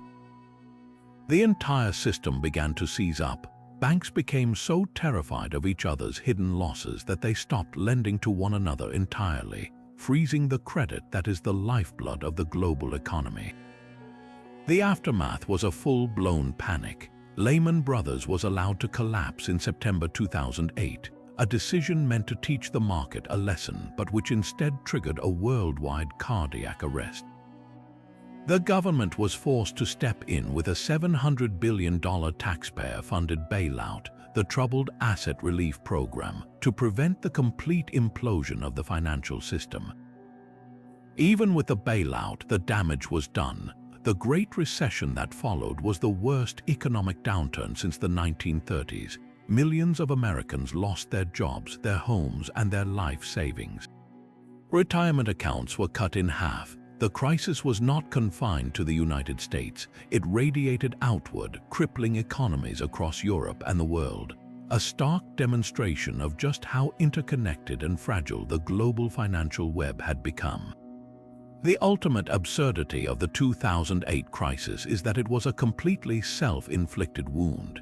It was not caused by a natural disaster or an external enemy, but by a deliberate, decades-long political project to dismantle the very regulations that were created to prevent such a disaster. It was a mistake born of arrogance, greed, and an unshakable faith in a flawed ideology that markets are always rational and self-correcting. The crisis served as the most expensive possible reminder that financial safeguards are not red tape meant to stifle growth. They are the essential guardrails that keep a complex economy from careening off a cliff, taking the livelihoods of millions of innocent people with it. And just as the 2008 crisis revealed the dangers of dismantling financial safeguards, our next entry demonstrates how ignoring legal and constitutional guardrails in the realm of foreign policy can lead to a scandal that shakes the very foundations of government. At number 17, we have the Iran-Contra affair, a breathtakingly complex web of clandestine deals, constitutional violations, and audacious lies that laid bare a rogue operation running out of the White House basement.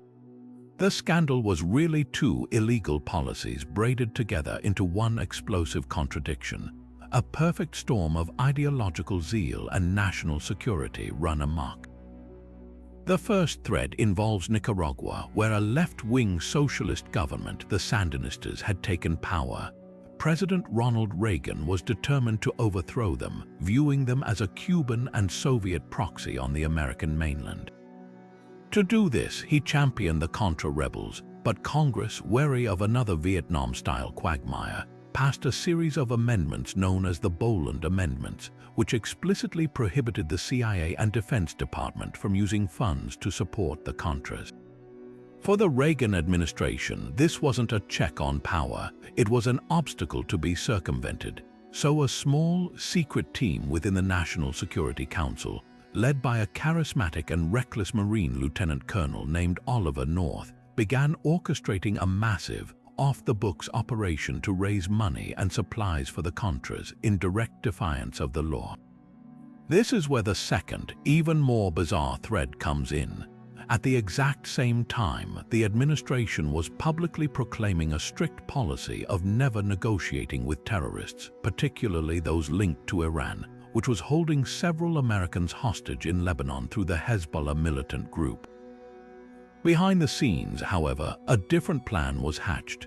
The idea was to secretly sell advanced anti-tank and anti-aircraft missiles to the supposedly hostile government of Iran, which was desperate for weapons in its bloody war against Iraq.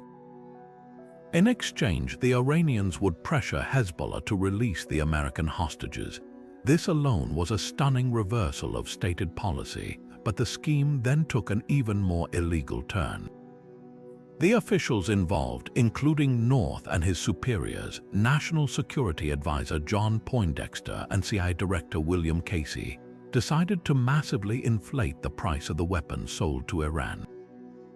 The profits from this markup, millions of dollars, were then secretly and illegally funneled through a labyrinth of Swiss bank accounts to fund the very Contra rebels that Congress had forbidden them from supporting. The entire operation was a masterpiece of compartmentalization and deception. Oliver North and his team were like something out of a spy thriller, shredding documents, using covert communication channels, and even writing a software program called PROFES to encrypt their messages. They enlisted a cast of shady characters to act as middlemen, including retired military officers and international arms dealers. The whole sordid arrangement was a triple violation. It broke the arms embargo against Iran, it violated the explicit will of Congress in funding the Contras, and it defied the administration's own stated counterterrorism principles. It was a policy run by true believers who were convinced their covert goals were more righteous than the laws they were sworn to uphold. The House of Cards came crashing down in November 1986, when a Lebanese magazine exposed the arms sales to Iran.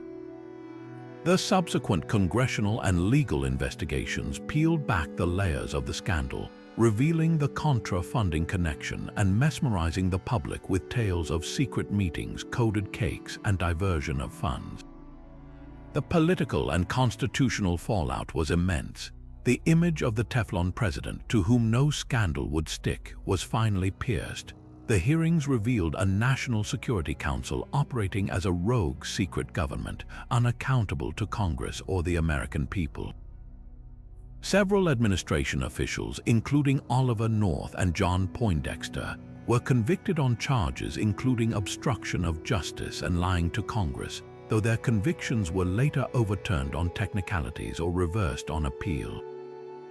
Perhaps the most damaging legacy of Iran-Contra was the erosion of public trust in the institution of the presidency itself. The scandal demonstrated a contempt for the system of checks and balances, showing that a determined executive branch could willfully ignore the law and then engage in a massive cover-up.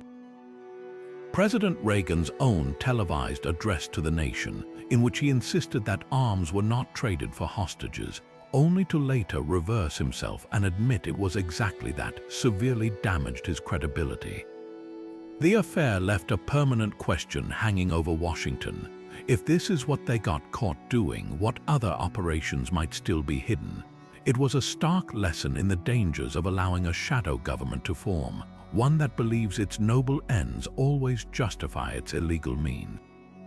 If the Iran-Contra scandal revealed a rogue operation defying the law from within the White House, our next tragedy exposes a different kind of rot, a moral collapse so profound it occurred not in secret meetings, but in a quiet Vietnamese hamlet in broad daylight, and was then systematically buried by the very institution meant to uphold honor. At number 18, we confront the My Lai massacre and its subsequent cover-up, a harrowing episode that stands as one of the most shameful moments in American military history, not merely for the brutality of the event itself, but for the concerted, high-level effort to pretend it never happened. The stage was set in the Quang Ngai province in March 1968, an area long considered a stronghold of Viet Cong sympathy. For the soldiers of Charlie Company, 1st Battalion, 20th Infantry Regiment, the months leading up to that day had been a nightmare of booby traps, sniper fire, and mounting casualties that bred a deep-seated fury and dehumanization of the entire local population. They were told that the enemy was everywhere, blended in with the civilians. On the morning of March 16th, the company was ordered into the hamlet of My Lai on a search and destroy mission. They were led by Lieutenant William Calley, and they were primed for revenge, believing they were about to engage the Viet Cong's 48th Battalion. But when they arrived, they found no enemy soldiers. Instead, they found a village waking up to a new day, women cooking breakfast, old men tending gardens, children playing in the path. There was no opposing fire, no sign of a military threat. Despite this, the killing began. It was not a battle, it was a systematic slaughter. Soldiers, under Calley's orders and with the implicit consent of other officers, rounded up unarmed villagers, the elderly, women, infants, and gunned them down in cold blood. They forced groups into irrigation ditches and executed them with automatic weapons fire. They burned huts and slaughtered livestock. They raped women and girls before murdering them. The acts were not just violent, they were sadistic, a complete abandonment of any pretense of rules of engagement or basic humanity. In just 4 hours, between 300 and 500 unarmed civilians were murdered. The savagery was so extreme that it pushed some American soldiers to the brink. A few, like helicopter pilot Hugh Thompson and his crew, witnessed the carnage from the air, landed their chopper between the troops and fleeing villagers, and pointed their own guns at their fellow soldiers to stop the massacre, threatening to open fire if the killing continued. This act of breathtaking courage by Thompson and others stands in stark contrast to what happened next, a massive, multi-layered cover-up that began almost immediately. Company commanders filed falsified reports claiming 20 enemy soldiers killed in action. The higher-ups in the American division, including the commanding general, seemingly accepted this fiction without question, awarding the company a commendation for their outstanding performance that day. For over a year, the official record stated that a fierce firefight had taken place and that any civilian casualties were an unfortunate but inevitable result of combat. The truth was known to dozens, perhaps hundreds of men in the chain of command, but a wall of silence and complicity sealed it shut. It was a conspiracy of inertia and fear, a desire to protect the image of the army and avoid the scandal that would inevitably follow. The story might have remained buried forever if not for the relentless determination of a few individuals outside the military structure. A former soldier named Ron Ridenour, who had heard graphic accounts of the massacre from his horrified buddies in Charlie Company, spent a year gathering testimony. In March 1969, he sent a detailed 5-page letter to 30 members of Congress and officials in the Pentagon, demanding a full investigation. His letter broke the dam. Simultaneously, the investigative journalist Seymour Hersh got a tip and began his own dogged pursuit of the story, eventually tracking down and interviewing a deeply troubled William Calley. Hersh's dispatches, which began appearing in newspapers across the country in November 1969, detonated a bomb of public outrage. The graphic descriptions and first-hand accounts were so horrific that many Americans initially refused to believe them. The subsequent military investigation and court-martial of Lieutenant Calley forced the nation to stare into an abyss. The trial revealed not just the details of the massacre but the climate that had made it possible, the pressure on officers for high body counts, the racist rhetoric that dismissed all Vietnamese as gooks, and the failure of leadership at every level to maintain discipline and uphold the laws of war. Calley became the scapegoat for a much wider systemic failure. He was convicted of murdering 22 villagers and sentenced to life in prison, though that sentence was almost immediately reduced by President Nixon, who placed him under house arrest and later pardoned him after he served just 3 years. He was the only soldier ever convicted for the murders at My Lai. The global and domestic impact was seismic. The massacre became a powerful symbol for the anti-war movement, proof positive that the conflict had corrupted the American soul and that the government could not be trusted to tell the truth about it. Images of the slaughtered civilians published in Life magazine horrified the world and shattered any remaining illusions about the nobility of the war effort. For the U.S. military, it was a profound crisis of conscience that led to sweeping reforms in training, emphasizing the law of armed conflict and the moral responsibility of every soldier to disobey unlawful orders. Yet, the most enduring lesson of My Lai is not about one rogue lieutenant or a single failed operation. It is a chilling reminder of how easily ordinary men can commit extraordinary evil when leadership fosters an environment of hatred, dehumanization, and impunity, and how the instinct of any large institution, when confronted with its own darkest sins, is first and foremost to cover them up. And from the moral abyss of My Lai, we now turn to a different kind of atrocity, one perpetrated not in the heat of battle but in the cold, clinical setting of a doctor's office, where a betrayal of the most sacred trust unfolded over 4 decades. At number 19, we have the Tuskegee syphilis study, a government-sanctioned medical experiment so ethically bankrupt it stands as a permanent stain on American science and a primary source of deep, enduring distrust in public health institutions within Black communities. The story begins in 1932 in Macon County, Alabama, an area steeped in poverty where syphilis was widespread. The U.S. Public Health Service, in collaboration with the Tuskegee Institute, launched a study with the purported aim of documenting the natural progression of untreated syphilis in Black males. The 600 men recruited for the study were poor, mostly illiterate sharecroppers. They were told they were being treated for bad blood, a local term that could encompass a range of ailments from anemia to fatigue to syphilis. They were never told they had syphilis. They were never asked for their informed consent, and most devastatingly, they were never treated for their disease, even after a definitive cure became available. The men were enticed into the study with the promise of free medical exams, free meals, and burial insurance, powerful incentives for men who had little access to any health care. The true nature of the experiment was hidden behind a veneer of benevolence. The real, horrifying goal was to observe how the disease ravaged the human body from infection to death. The Public Health Service officials were intent on tracking the course of the illness through autopsies, essentially using these living men as human lab rats to be observed until their eventual demise. To ensure the men did not receive treatment elsewhere, the researchers went to grotesque lengths. They actively prevented them from accessing care, even providing them with a letter signed by the health service that stated, "This is your patient number. You are under the care of the U.S. government." They enlisted local black doctors and a highly respected black nurse, Eunice Rivers, to help maintain the men's trust and ensure their continued participation in the charade, leveraging their community standing to perpetuate the lie. The ethical catastrophe escalated from unconscionable to monstrous in the 1940s.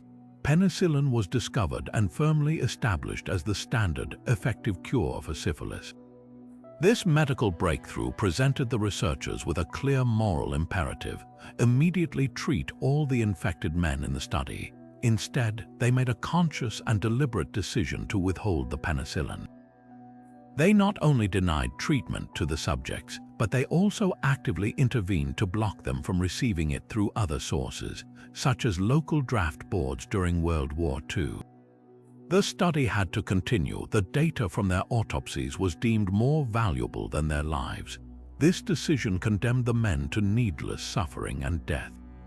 Wives were infected, children were born with congenital syphilis, and generations were devastated by a disease that could have been cured. For 40 years, the study continued, concealed from public view. It wasn't until 1972 that a whistleblower, Peter Buxton, a former Public Health Service venereal disease investigator, finally broke the story. He leaked the details to a reporter from the Associated Press, and the resulting front-page article caused a national firestorm of outrage and revulsion. The public could not comprehend how such a blatant violation of human rights could be sponsored by the U.S. government. The sheer length of the deception, the targeting of a vulnerable population, and the deliberate denial of a known cure revealed a chilling level of racism and moral indifference within the scientific establishment. A subsequent congressional investigation led by Senator Edward Kennedy led to the study's immediate termination and the payment of a $9 million settlement to the participants and their heirs in 1974. The legacy of Tuskegee is immeasurable and tragic. It directly led to the establishment of modern rules for informed consent and the creation of institutional review boards to oversee experiments on human subjects. But the damage to public trust, particularly among African Americans, was profound and lasting. The study validated centuries of historical mistreatment and medical exploitation, from the experiments on enslaved women by J. Marion Sims to the unauthorized use of Henrietta Lacks cells. It created a deep and understandable suspicion of government health initiatives that persists to this day, a barrier that public health officials must constantly work to overcome, most notably during the HIV/AIDS crisis and more recently the COVID-19 pandemic. The Tuskegee syphilis study is more than a historical mistake. It is a foundational lesson in medical ethics, a harrowing reminder that the pursuit of knowledge, when divorced from humanity and justice, is not science, it is a crime. And so we arrive at a pivotal fork in the road of American history, a moment of imperial ambition that stands in stark contrast to the nation's founding ideals of self-determination and anti-colonialism. At number 20, we have the annexation of the Philippines, a decision born from the intoxicating victory of the Spanish-American War that plunged the United States into the very role of a colonial overlord it had once revolted against. The year was 1898, and America had just decisively defeated a fading European empire, a victory that left it in possession of Spain's former colonies, Cuba, Puerto Rico, Guam, and the Philippines. The question of what to do with these territories, particularly the sprawling Philippine archipelago 7,000 miles away, sparked a fierce and fundamental debate that would redefine the nation's identity. On one side stood the imperialists, led by President William McKinley and powerful voices like Theodore Roosevelt. They saw a divine opportunity and a racial duty. McKinley would later speak of praying for guidance and hearing a divine mandate to uplift and civilize and Christianize the Filipino people, a breathtakingly paternalistic view that ignored the fact that the vast majority of Filipinos were already Roman Catholic.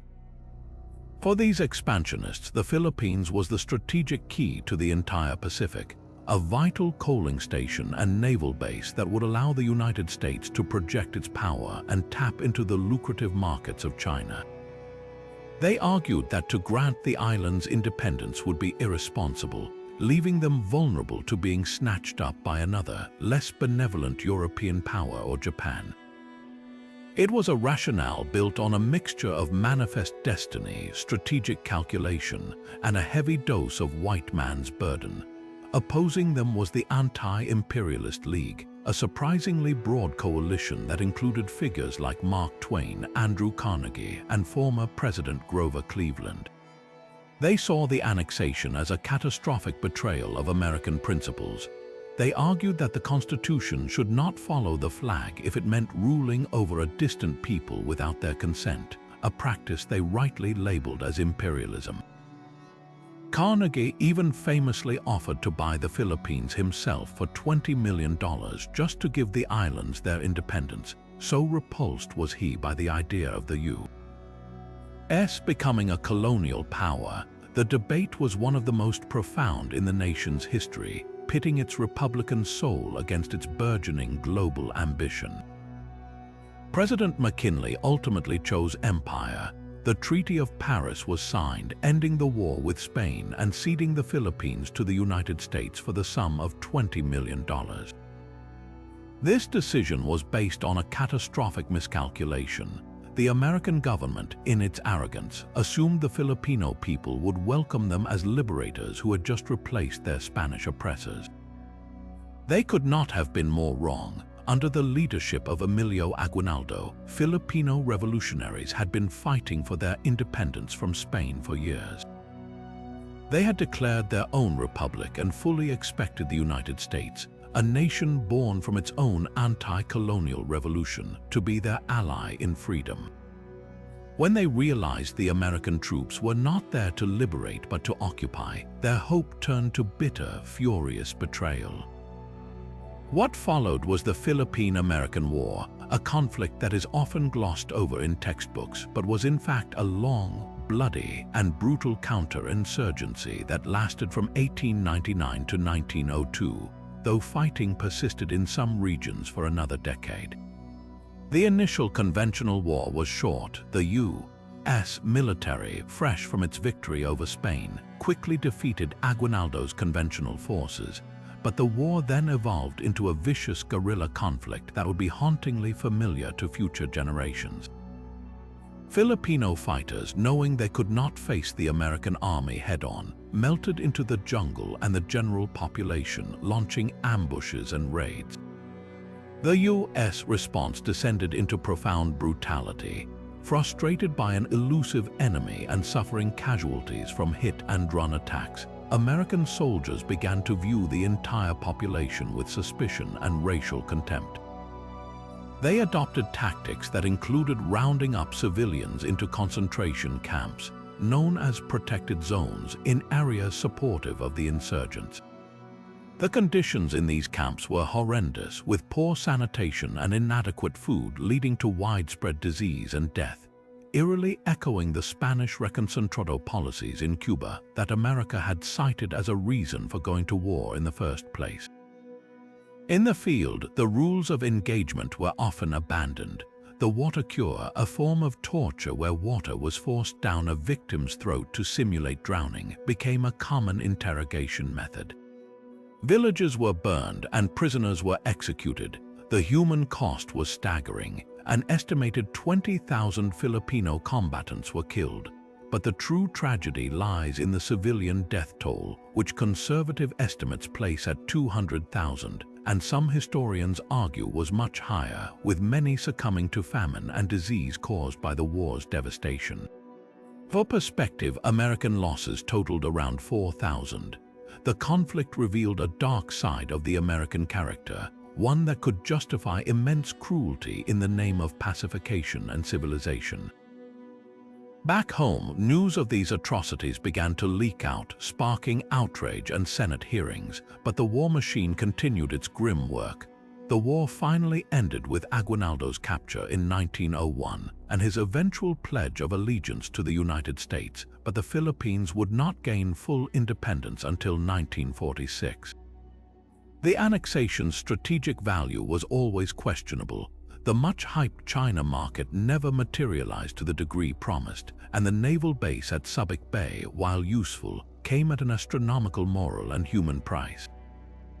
The decision to annex the Philippines was a monumental mistake that alienated the United States from other world powers, betrayed its own foundational values, and inaugurated a century of American interventionism abroad. It demonstrated with tragic clarity that the pursuit of empire, no matter how well-intentioned its proponents claim it to be, inevitably requires the suppression of liberty, and the price of distant dominion is always paid in blood and moral compromise. After the brutal subjugation of the Philippines revealed the dark side of American expansionism, the nation soon turned that same fearful gaze inward, proving that the perceived enemy within could be treated with even greater ruthlessness than any foreign foe.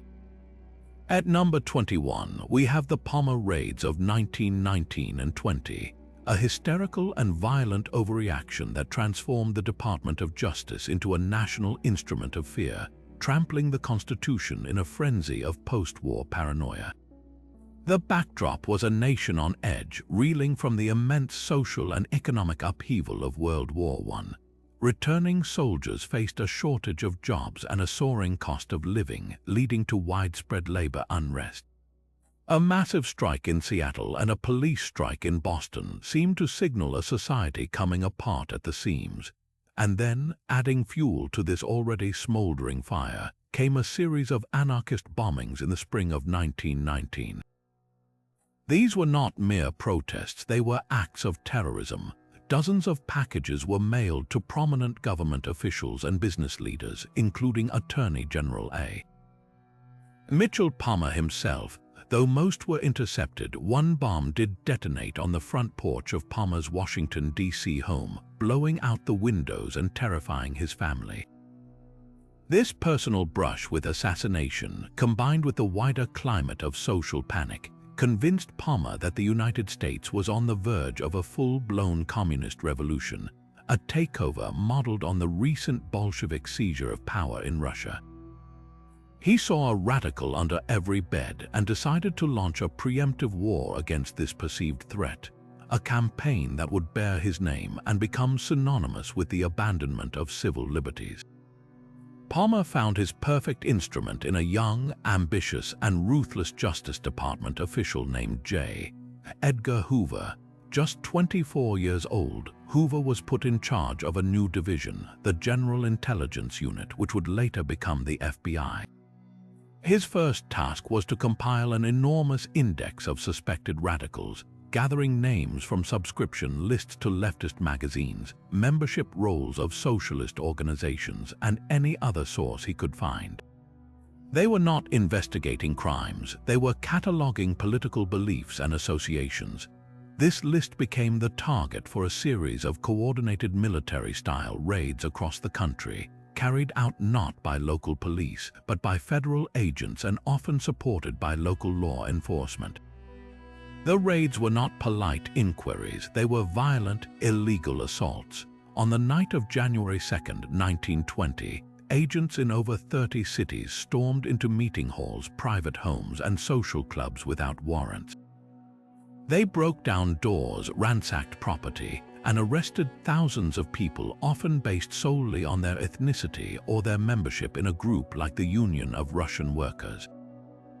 The prisoners were held in deplorable conditions, denied access to lawyers, and subjected to brutal interrogation techniques to force confessions and extract names of other supposed radicals.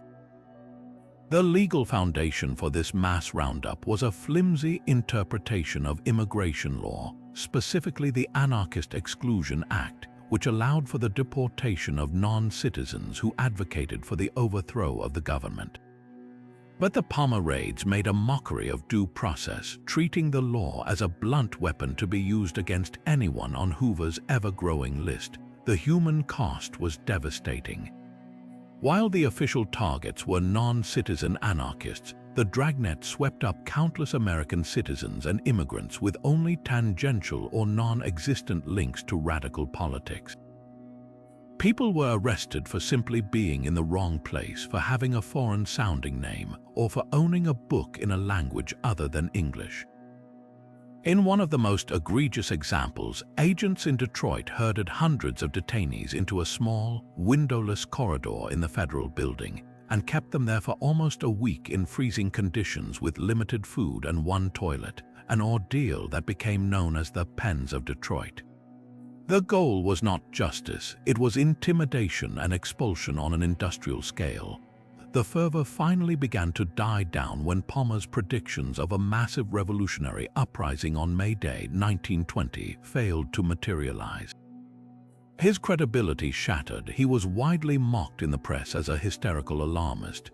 Yet, while the public panic subsided, the institutional damage was permanent. The Palmer raids established a terrifying new template for federal power, demonstrating how the government could whip up public fear to justify the suspension of constitutional rights. They cemented the career of J. Edgar Hoover, who learned invaluable lessons about the power of secret files and the potent political utility of anti-communism, tactics he would refine and deploy for the next 5 decades. Most importantly, the raid set a clear and dangerous precedent that in the name of national security, the ends of rooting out subversion could always justify the means, no matter how illegal or brutal. It was a mistake that created the playbook for every future Red Scare and every wartime infringement on civil liberties, a stark warning that when we sacrifice our freedoms for the illusion of safety, we often end up losing both. Yet, even as the Palmer raids were tearing apart the fabric of American civil liberty at home, a simultaneous and equally misguided intervention was unfolding thousands of miles away, one that would poison a critical international relationship for the rest of the century. At number 22, we have the little-known but profoundly consequential American invasion of Russia in 1918. A baffling military expedition into the heart of the Russian Civil War that achieved none of its goals while sowing the seeds of deep and enduring paranoia in the soon-to-be Soviet Union. To understand this colossal strategic blunder, we have to transport ourselves to the chaotic final year of World War I. In March 1918, the new Bolshevik government under Vladimir Lenin, desperate to secure its fragile hold on power, signed a separate peace treaty with Germany at Brest-Litovsk. This treaty ended Russia's involvement in the war, a catastrophe for the Allied powers. It freed up dozens of German divisions to be transferred from the Eastern Front to the West for a massive spring offensive, threatening to overwhelm British and French lines before the American expeditionary forces could be fully deployed. This military emergency was the primary public justification for what came next. The Allies were desperate to reopen an Eastern Front to tie down German troops. A secondary and far more ideological motive was the intense Western fear of the spread of communism. Leaders like British Prime Minister David Lloyd George and later American President Woodrow Wilson were horrified by the Bolsheviks' revolutionary rhetoric and their withdrawal from the war, viewing them as dangerous usurpers who had stolen a wartime ally. A plan was hatched. The Allies would intervene in the Russian Civil War, supporting the white anti-Bolshevik forces against the red Bolsheviks. The stated goals were a confusing mix of restarting the fight against Germany and, for many of the hawks in the coalition, overthrowing the communist government altogether. President Wilson was initially deeply reluctant, wary of entangling America in the complex and murky politics of a Russian civil conflict. But he was eventually persuaded by his allies and advisors, and in July 1918, he authorized the dispatch of 2 American expeditions. The first and largest was sent to the far northern port cities of Archangel and Murmansk. Some 5,000 U.S. soldiers, primarily from the 339th Infantry Regiment hailing from Michigan and Wisconsin, were told they were being sent to guard vast stockpiles of Allied war supplies that had been sent to the Tsar's government and now risked falling into German hands. They were utterly unprepared for the reality that awaited them. They arrived to find that British commanders who were in overall charge of the operation had a much more ambitious goal: to push hundreds of miles inland, link up with white Russian forces, and eventually march on Moscow itself. The second force, about 8,000 men, was sent to the other side of the world, to the frigid, remote Russian Far East. They landed in Vladivostok, joining a large Japanese contingent and other Allied forces. Their official mission was to safeguard the massive stockpiles of supplies in that port and to help rescue the Czechoslovak Legion, a force of nearly 50,000 Czech and Slovak former prisoners of war who had been stranded in Russia and were now fighting their way east along the Trans-Siberian Railway to escape. The presence of this formidable, well-armed legion created a fleeting opportunity for the Allies to potentially control the vital railway and provide a backbone for the White armies in Siberia. From the moment they landed, the intervention was a fiasco.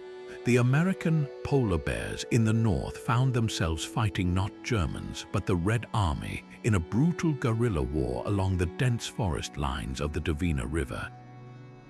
They were miserable, poorly equipped for the harsh Arctic winter, and completely bewildered about their purpose. They had been told they were there to fight the Germans, but they encountered almost none. Instead, they were dying in firefights against Russian peasants and workers who saw them not as liberators but as foreign invaders. Morale plummeted. Back home, the families of these soldiers, receiving letters describing the pointless fighting, began a powerful public campaign demanding their return, asking why their boys were dying in a war that had already ended for America. In Siberia, the situation was even more diplomatically fraught. The American commander, General William S. Graves, was a straight-laced soldier who took his ambiguous orders to avoid interfering in Russian internal politics at face value. This immediately put him at odds with the Japanese, who had sent a force 10 times larger with clear imperial ambitions to annex parts of Siberia, and with the various white Russian warlords, who were often more corrupt and brutal than the Bolsheviks they were fighting. Graves was horrified by the atrocities committed by his supposed allies against the local population, and he refused to let his troops support them, creating a tense and dysfunctional coalition. The Americans ended up primarily guarding sections of the Trans-Siberian Railway, accomplishing little beyond becoming entangled in the chaotic and bloody conflict. The entire venture collapsed under the weight of its own contradictions. With the armistice in November 1918, the primary excuse for being in Russia fighting Germany vanished overnight. The soldiers and the American public rightly asked, "What are we still doing there?" The Wilson administration struggled to justify the mission, now leaning heavily on the anti-Bolshevik rationale, but Congress and the public had no appetite for an open-ended war in Russia. The polar bears in the north were finally evacuated in July 1919, and the force in Siberia withdrew in April 1920, having suffered hundreds of casualties for absolutely no strategic gain. The white forces, lacking unified command and popular support, were eventually crushed by the Red Army. The ultimate and most damaging consequence of this failed intervention was not measured in casualties, but in the powerful and lasting grudge it created in the Soviet psyche. For the next 70 years, Soviet historians and propagandists pointed to the American invasion as definitive proof that the capitalist powers had always been intent on destroying the world's first communist state from its very inception. This narrative of capitalist encirclement and foreign intervention became a central pillar of Soviet ideology, used to justify the regime's paranoia, its brutal internal repression during the Stalinist purges, and its aggressive foreign policy during the Cold War. The memory of American troops on Russian soil provided a potent propaganda tool that helped solidify the regime's control and foster a deep, lasting distrust of the West. In its attempt to snuff out the Bolshevik Revolution, the United States had instead handed its new existential enemy a legitimizing myth that would help fuel a global confrontation for generations, a stark lesson in how a short-sighted military adventure can create a long-term diplomatic nightmare.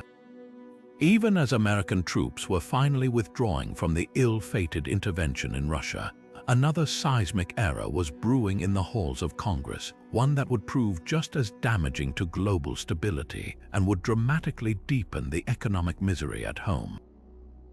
At number 23, we have the Smoot-Hawley Tariff Act of 1930, a stunning example of how a well-intentioned policy, crafted in economic ignorance and political opportunism, can backfire with devastating worldwide consequences.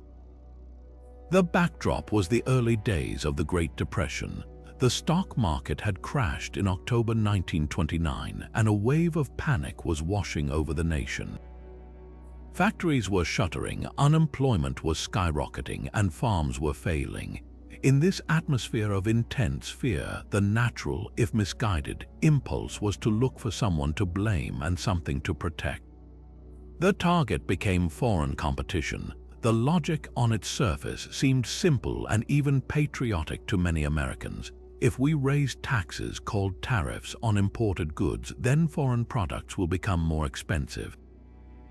This would make cheaper American-made goods more attractive to consumers, therefore protecting American factories and saving American jobs. It was the economic philosophy of protectionism, and it had a powerful political champion in Senator Reed Smoot of Utah and Representative Willis Hawley of Oregon. They argued that high tariffs would shield the nation's industries and farmers from what they saw as unfair foreign competition, particularly from countries with lower labor costs. The bill they proposed was the highest protective tariff in U.S. history, raising import duties on over 20,000 goods to record levels. The debate in Congress was fierce and deeply partisan. A petition signed by 1,028 economists begged President Herbert Hoover to veto the bill, warning that it would raise the cost of living for all Americans, hurt farmers by destroying their export markets, and invite retaliatory tariffs from other nations. Henry Ford reportedly spent an evening at the White House trying to convince the president the act was an economic stupidity. Even the chairman of the giant corporation, J.P. Morgan Jr., called it madness, but their voices were drowned out by the clamor of special interests. Lobbyists for every industry from button manufacturers to coffin makers descended on Washington, each demanding their own specific protection, leading to a grotesque process of political horse trading that bloated the bill with thousands of rate hikes. The national interest was sacrificed at the altar of local pork barrel politics. President Hoover, despite his own misgivings, bowed to the pressure from his party and signed the Smoot-Hawley Tariff into law in June 1930. It was a catastrophic miscalculation. The economists' warnings proved prophetic almost immediately. America's trading partners were outraged and humiliated. They saw the act not as a domestic policy but as a declaration of economic war. They responded in kind, launching a devastating cycle of retaliation. Country after country slammed their own doors shut, erecting their own high tariff walls against American goods. Canada, America's largest trading partner, swiftly retaliated with new tariffs on a range of U.S. products and dramatically shifted its trade to the British Empire. France, Spain, Italy, and Australia all joined the fray. The world, already teetering on the brink of economic collapse, plunged into a brutal and self-defeating international trade war. The consequences were dire. As other nations taxed American exports, the bottom fell out of the U.S. agricultural and industrial sectors. American farmers were hit hardest. They had been producing vast surpluses of wheat, cotton, and pork for the global market. Suddenly, their foreign customers vanished. Farm incomes, already low, plummeted, leading to widespread bankruptcies and foreclosures that ravaged rural America. Factories that relied on exporting their goods saw their orders cancelled. The overall effect was to strangle global trade. Between 1929 and 1933, world trade plummeted by a staggering 66%. The Smoot-Hawley tariff didn't cause the Great Depression, but it acted as a powerful accelerator, turning a severe national recession into a deep global calamity. It deepened the crisis everywhere, fueling the economic despair that would soon give rise to extremism in Europe. The act also crippled any hope of international cooperation to solve the crisis. It shattered the credibility of the United States as a responsible global economic leader and made other nations deeply suspicious of American motives for years to come. The lesson was harsh but clear. In an interconnected global economy, no nation is an island. Attempting to save yourself by walling off the world only ensures that everyone, including you, will sink together. The failure of Smoot-Hawley became so notorious that it fundamentally shifted American trade policy for generations, leading to a bipartisan consensus in favor of lowering tariffs and pursuing free trade agreements to foster global growth and stability. It stands as a timeless monument to the law of unintended consequences, a brutal reminder that when fear and narrow self-interest override economic reason and global cooperation, the resulting disaster can be felt in every home and on every continent. Yet, even as disastrous economic policies like the Smoot-Hawley tariff were crippling the nation, a far more intimate and profound tragedy was reaching its grim conclusion on the frozen plains of South Dakota, a final, brutal punctuation mark on centuries of conflict. At number 24, we have the Wounded Knee Massacre, a horrifying event that was less a battle and more a slaughter, a catastrophic collision of fear, cultural ignorance, and a relentless hunger for land that effectively marked the bloody end of the Indian Wars and became an eternal symbol of America's broken promises to its original inhabitants. To understand the spark that lit this powder keg, we must first feel the deep despair gripping the Lakota Sioux by 1890. Their world had been systematically dismantled. The once vast buffalo herds, the very center of their spiritual and physical existence, had been deliberately hunted to near extinction by the U.S. government to subdue the tribes. They were now confined to impoverished reservations like Pine Ridge, dependent on often rotten government rations that were frequently stolen or withheld by corrupt agents. A devastating drought had killed their remaining crops and cattle. Disease was rampant. Their children were being taken away to boarding schools designed to, as one superintendent infamously said, kill the Indian, save the man, forcibly stripping them of their language, their culture, and their identity. The Lakota were a proud people facing cultural and physical annihilation, and in their utter desperation, they grasped at a final, fragile hope, a prophesied spiritual awakening. This hope took the form of the Ghost Dance, a religious movement that swept across the desperate western reservations. Founded by a Paiute holy man named Wovoka, its message was one of peaceful renewal. Followers were told to live righteously, perform a specific circular dance, and await a coming utopia. The dead would be resurrected, the buffalo would return in numbers that darkened the plains, and the white people would simply vanish or become harmless. Most importantly, the doctrine was explicitly non-violent. wearing special ghost shirts. Dancers believed they would be protected from harm, even from the white man's bullets. For a people stripped of all power, the ghost dance offered a path to redemption through faith and patience, not warfare. But to the nervous white settlers and inexperienced government agents observing the gatherings from a distance, the ghost dance looked like anything but peace. They saw large groups of Lakota dancing in a trance-like state for days on end, and completely misread it as the prelude to a massive uprising. The colorful ghost shirts were misinterpreted as war paint. Panicked, racist reports flooded Washington, describing hostile and frantic Indians preparing for battle. The aging Sioux leader Sitting Bull, a revered symbol of the old ways, was wrongly suspected of being the movement's ringleader. This climate of hysterical fear triggered a massive military response. The U.S. Army dispatched the 7th Cavalry, Custer's old regiment, which still craved redemption for its legendary defeat at the Little Bighorn 14 years earlier.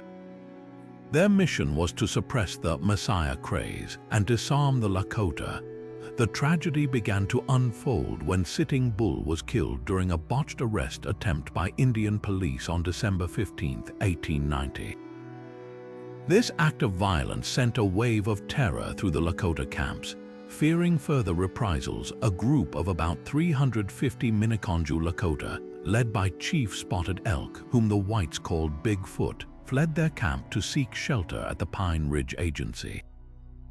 Bigfoot was known as a peacemaker, and his people were starving and freezing, desperate for safety. The 7th Cavalry intercepted them on December 28th and forced them to make camp at a creek called Wounded Knee. The next morning, December 29th, Colonel James Forsyth surrounded the camp with 500 troops and 4 fearsome Hotchkiss guns, light artillery pieces capable of firing explosive shells at a rate of 50 per minute. He ordered his men to disarm the Lakota. What happened next was a volatile mix of tension, mistranslation, and tragic accident. As soldiers searched the Lakota men, a medicine man named Yellow Bird began performing the ghost dance, urging the people not to be afraid, as their sacred shirts would protect them. The soldiers, already on edge, grew more aggressive when a deaf Lakota man named Black Coyote, unable to hear the orders, reluctantly held onto his rifle. A new Winchester he had paid a lot for a scuffle broke out as soldiers tried to wrestle it from him. The gun discharged into the air. In that single explosive moment, every frayed nerve snapped. The already tense soldiers, believing this was the start of an attack, immediately opened fire point blank into the crowd. The result was not a fight, it was a massacre. The Hotchkiss guns on the hilltop roared to life, raining 1-pound explosive shells down on the camp, tearing men, women, and children to pieces. The Lakota, many unarmed and wearing their ghost shirts, were cut down as they fled. Soldiers pursued and killed them for miles across the winter prairie. When the shooting finally stopped, the snowy field was littered with the dead and dying. The exact death toll is still debated, but most estimates place the Lakota dead at around 300, nearly half of them women and children. 25 U.S. soldiers also died, most likely from friendly fire in the chaotic close-quarters crossfire. The frozen bodies of the Lakota victims were left for days before being dumped into a mass grave. The aftermath was a grotesque betrayal of any semblance of justice. The army initially hailed the action as a brave victory against a dangerous foe, awarding 20 medals of honor to soldiers of the 7th Cavalry for their gallantry in the massacre. The public, fed a steady diet of sensationalized and false reports, largely celebrated the news, but some newspapers and reformers soon exposed the truth, sparking a national debate and a government investigation that condemned Colonel Forsyth's actions, though he was quickly reinstated to command. For the Lakota and for indigenous people everywhere, Wounded Knee was not an end, but a searing, open wound. It became the ultimate symbol of a long history of betrayal, brutality, and cultural genocide. It represented the final, crushing failure of the U, U.S. government to honor its treaties, to understand the people it displaced, or to see the humanity in those whose land it took. The promise of the American frontier was built upon this broken trust, a painful legacy that echoes through the generations, a permanent reminder of the horrific cost of fear and the devastating price of a promise unkept. Moving from the frozen killing fields of Wounded Knee to the razor's edge of nuclear annihilation, we arrive at a mistake where miscalculation nearly ended the world. At number 25, we have the Cuban Missile Crisis miscalculations of 1962, a 13-day standoff that revealed just how terrifyingly thin the line is between strategic calculation and planetary catastrophe. This was not a simple good versus evil confrontation. It was a high-stakes drama of mutual error where both superpowers, convinced of their own rational plans, stumbled blindly toward the abyss, saved in the end less by wisdom and more by sheer dumb luck. The crisis had its roots in a series of profound American miscalculations. The first was the failure to accurately predict Soviet leader Nikita Khrushchev's motivations. Following the humiliation of the Bay of Pigs and facing a massive strategic imbalance, the U.S. had dozens of nuclear missiles in Turkey and Italy aimed at the Soviet Union, while Khrushchev had only a handful of intercontinental ballistic missiles that could reach the U.S. mainland. The Soviet premier saw an opportunity for a bold, cheap checkmate. By placing nuclear missiles in Cuba, just 90 miles from Florida, he could protect his communist ally Fidel Castro from another U.S. invasion and instantly double or even triple the number of Soviet warheads capable of striking American cities, all while avoiding the exorbitant cost of building a full fleet of ICBM. U.S. intelligence, however, was caught completely off guard. They believed the Soviets would never be so audacious, assuming that such a provocative move would be instantly detected and therefore too risky. This failure of imagination meant that the construction of missile sites in Cuba advanced for weeks under the nose of U.S. surveillance before being discovered. The discovery itself by a U-2 spy plane on October 14th triggered the second major miscalculation, the belief that a full-scale invasion of Cuba was a viable and perhaps necessary first option. President John F. Kennedy and his Executive Committee, or ExComm, were presented with a range of responses from diplomacy to a surgical airstrike, but the military brass, led by the Air Force's General Curtis LeMay, vehemently argued for a massive bombing campaign followed by an invasion. LeMay infamously told Kennedy that a failure to invade would be akin to the appeasement at Munich, and that even a nuclear exchange would be acceptable, boasting that the U.S. would win by only losing 10 to 20 million people compared to the total annihilation of the Soviet Union. This advice was catastrophically flawed. What the hawks in the room did not know, and what U.S. intelligence had also failed to discover, was that Soviet forces on the island were not just equipped with medium-range missiles. They were also armed with over 40,000 troops, tactical nuclear weapons for use on the battlefield, and crucially, the authority for local commanders to use them if communications with Moscow were cut and they were attacked. An American invasion would have almost certainly triggered a nuclear battlefield exchange, an event that would have instantly escalated into a global thermonuclear war. On the Soviet side, the miscalculations were equally dire. Khrushchev had gambled that he could install the missiles secretly and present the world with a fait accompli. When that failed, he then tragically misjudged Kennedy's resolve. Having seen the young president waver at the Bay of Pigs, Khrushchev believed he was dealing with an inexperienced leader who could be bullied.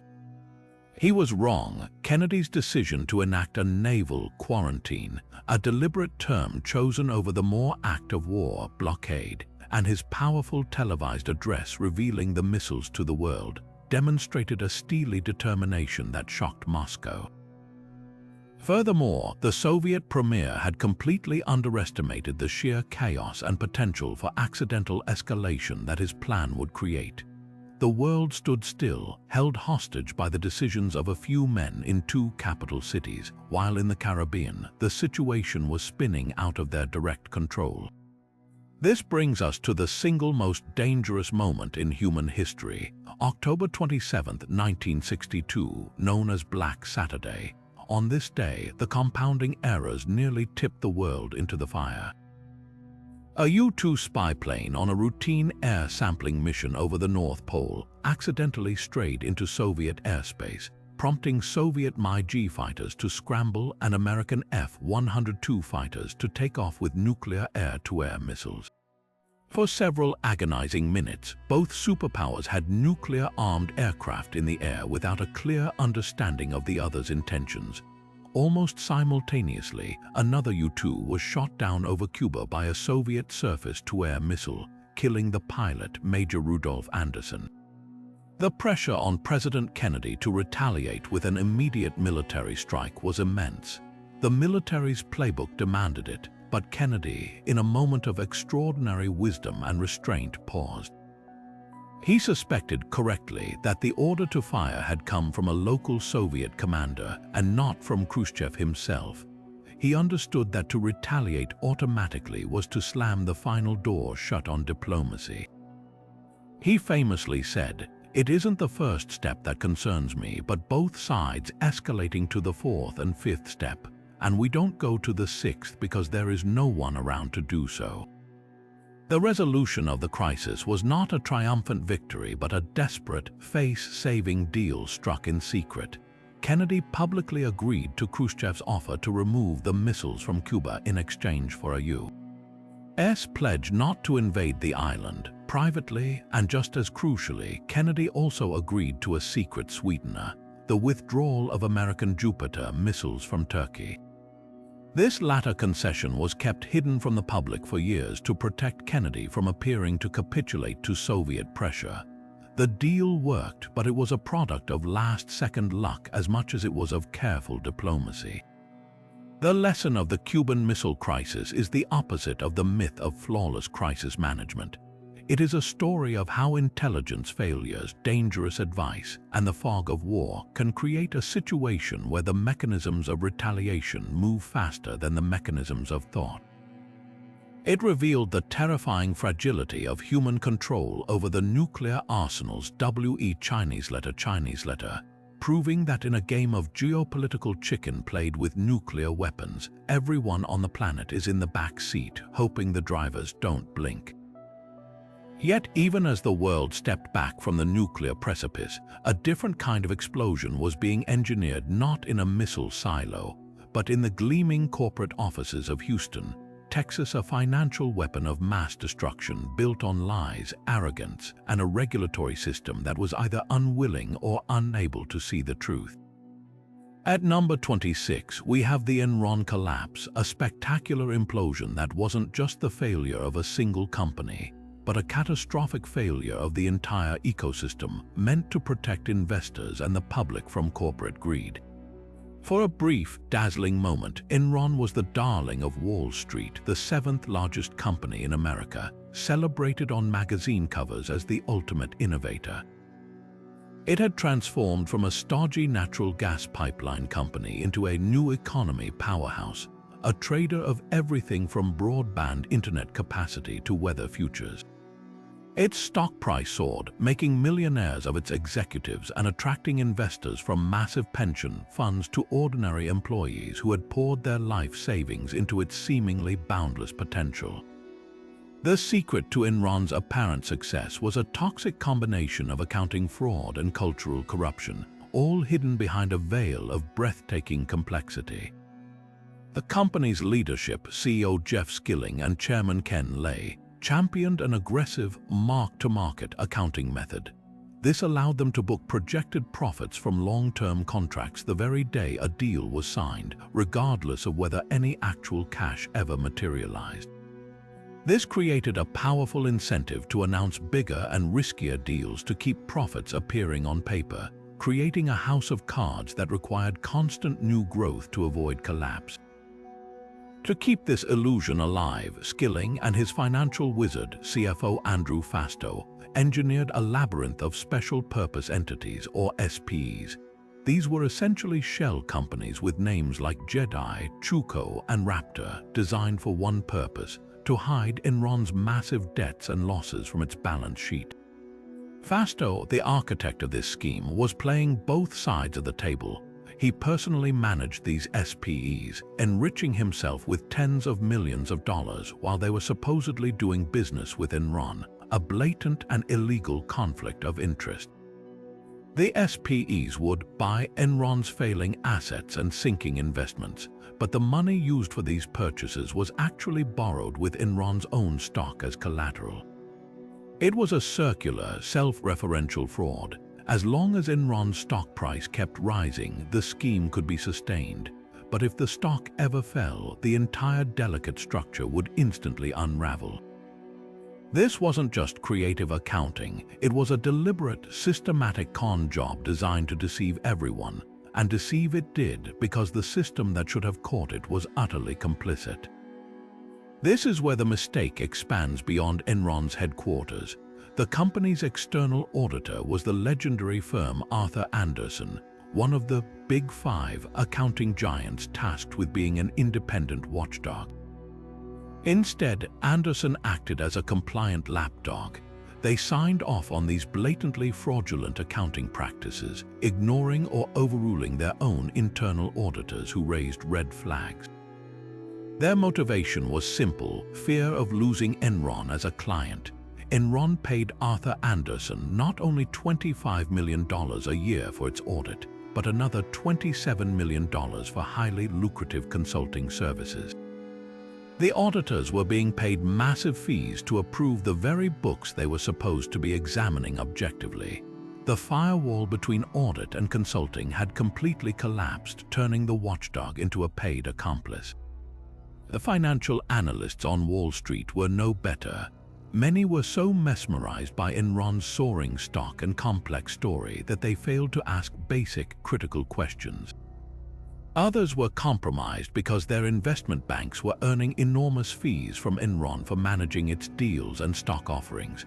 To question the company's finances was to risk killing a golden goose. The financial press occasionally published skeptical pieces, but they were largely drowned out by the chorus of praise from analysts and the company's own relentless, upbeat propaganda. Even federal regulators at the Securities and Exchange Commission were asleep at the wheel, failing to grasp the significance of the complex financial instruments Enron was using and giving the company special exemptions that allowed its risky practices to continue. The collapse, when it came, was swift and brutal. In the fall of 2001, as questions about its off-balance sheet debts finally began to surface, investor confidence wavered. As the stock price began to dip, the death spiral accelerated. The collateral supporting the SPEs evaporated, forcing the hidden debts to come crashing back onto Enron's books. The company announced a massive $618 million third-quarter loss and a staggering $1.2 billion reduction in shareholder equity. The SEC launched a formal investigation, and by December 2, 2001, Enron filed for what was then the largest bankruptcy in U.S. history. Its stock, which had traded at over $90 a share a year earlier, became worthless. The human cost was devastating.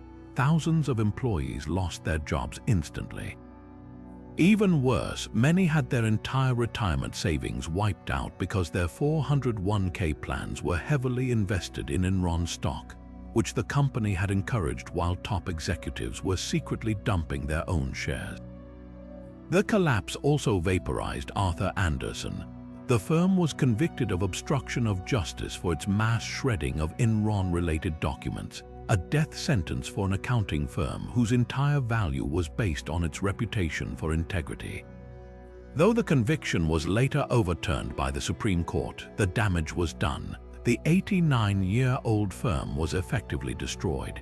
The political and regulatory response was the Sarbanes-Oxley Act of 2002, the most significant piece of business reform legislation since the New Deal. It created the Public Company Accounting Oversight Board to oversee auditors.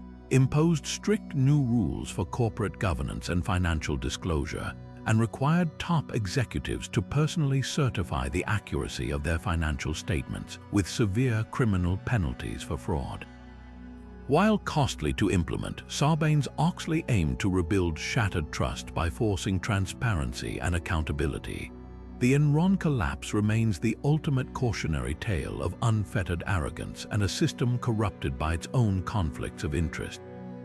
It demonstrated that when the gatekeepers, the auditors, the analysts, the regulators abandon their duty in pursuit of profit, the result isn't just a corporate bankruptcy, but a wholesale demolition of public trust in the very foundations of the market. Yet, even as corporate America was beginning to rebuild its shattered credibility, a far more visceral and tragic failure of authority was unfolding on a college campus in Ohio, an event that would sear itself into the national consciousness as a symbol of a nation tearing itself apart. At number 27, we have the Kent State shootings, a watershed moment where the instruments of the state turned their force against its own citizens, transforming a campus protest into a national trauma that exposed just how deep the fault lines over the Vietnam War had become. The stage was set in the spring of 1970. The conflict in Southeast Asia was dragging into its 6th year, and public opposition had reached a fever pitch. Just days before, on April 30th, President Richard Nixon had gone on national television to announce a major military escalation. American and South Vietnamese troops were invading Cambodia to destroy enemy sanctuaries. For a war-weary nation that had been promised a path to peace with honor, this expansion of the war felt like a profound betrayal. Across the country, college campuses erupted in outrage. Kent State University in Ohio became a focal point. On the evening of Friday, May 1st, students gathered in the town's bars and angry protests spilled into the streets. Windows were broken and a state of emergency was declared. The following night, the Campus Reserve Officers Training Corps building, a potent symbol of the military academic complex, was set on fire and burned to the ground as firemen were prevented from putting out the blaze by protesters throwing rocks. Ohio's pugnacious governor, James Rhodes, saw the unrest not as a legitimate political protest, but as a threat to be crushed. He dispatched 900 members of the Ohio National Guard to the campus, declaring that the protesters were worse than the brown shirts and the communist element, and vowing to eradicate the problem. The campus was effectively occupied by young, often poorly trained guardsmen carrying M1 rifles, many of whom viewed the long-haired students with as much contempt as the governor did. The tension simmered throughout the weekend and into Monday, May 4th. Despite a ban on assemblies, about 2,000 students gathered for a noon protest on the Commons, a large grassy area. The guard, ordered to disperse the crowd, advanced with fixed bayonets firing tear gas canisters.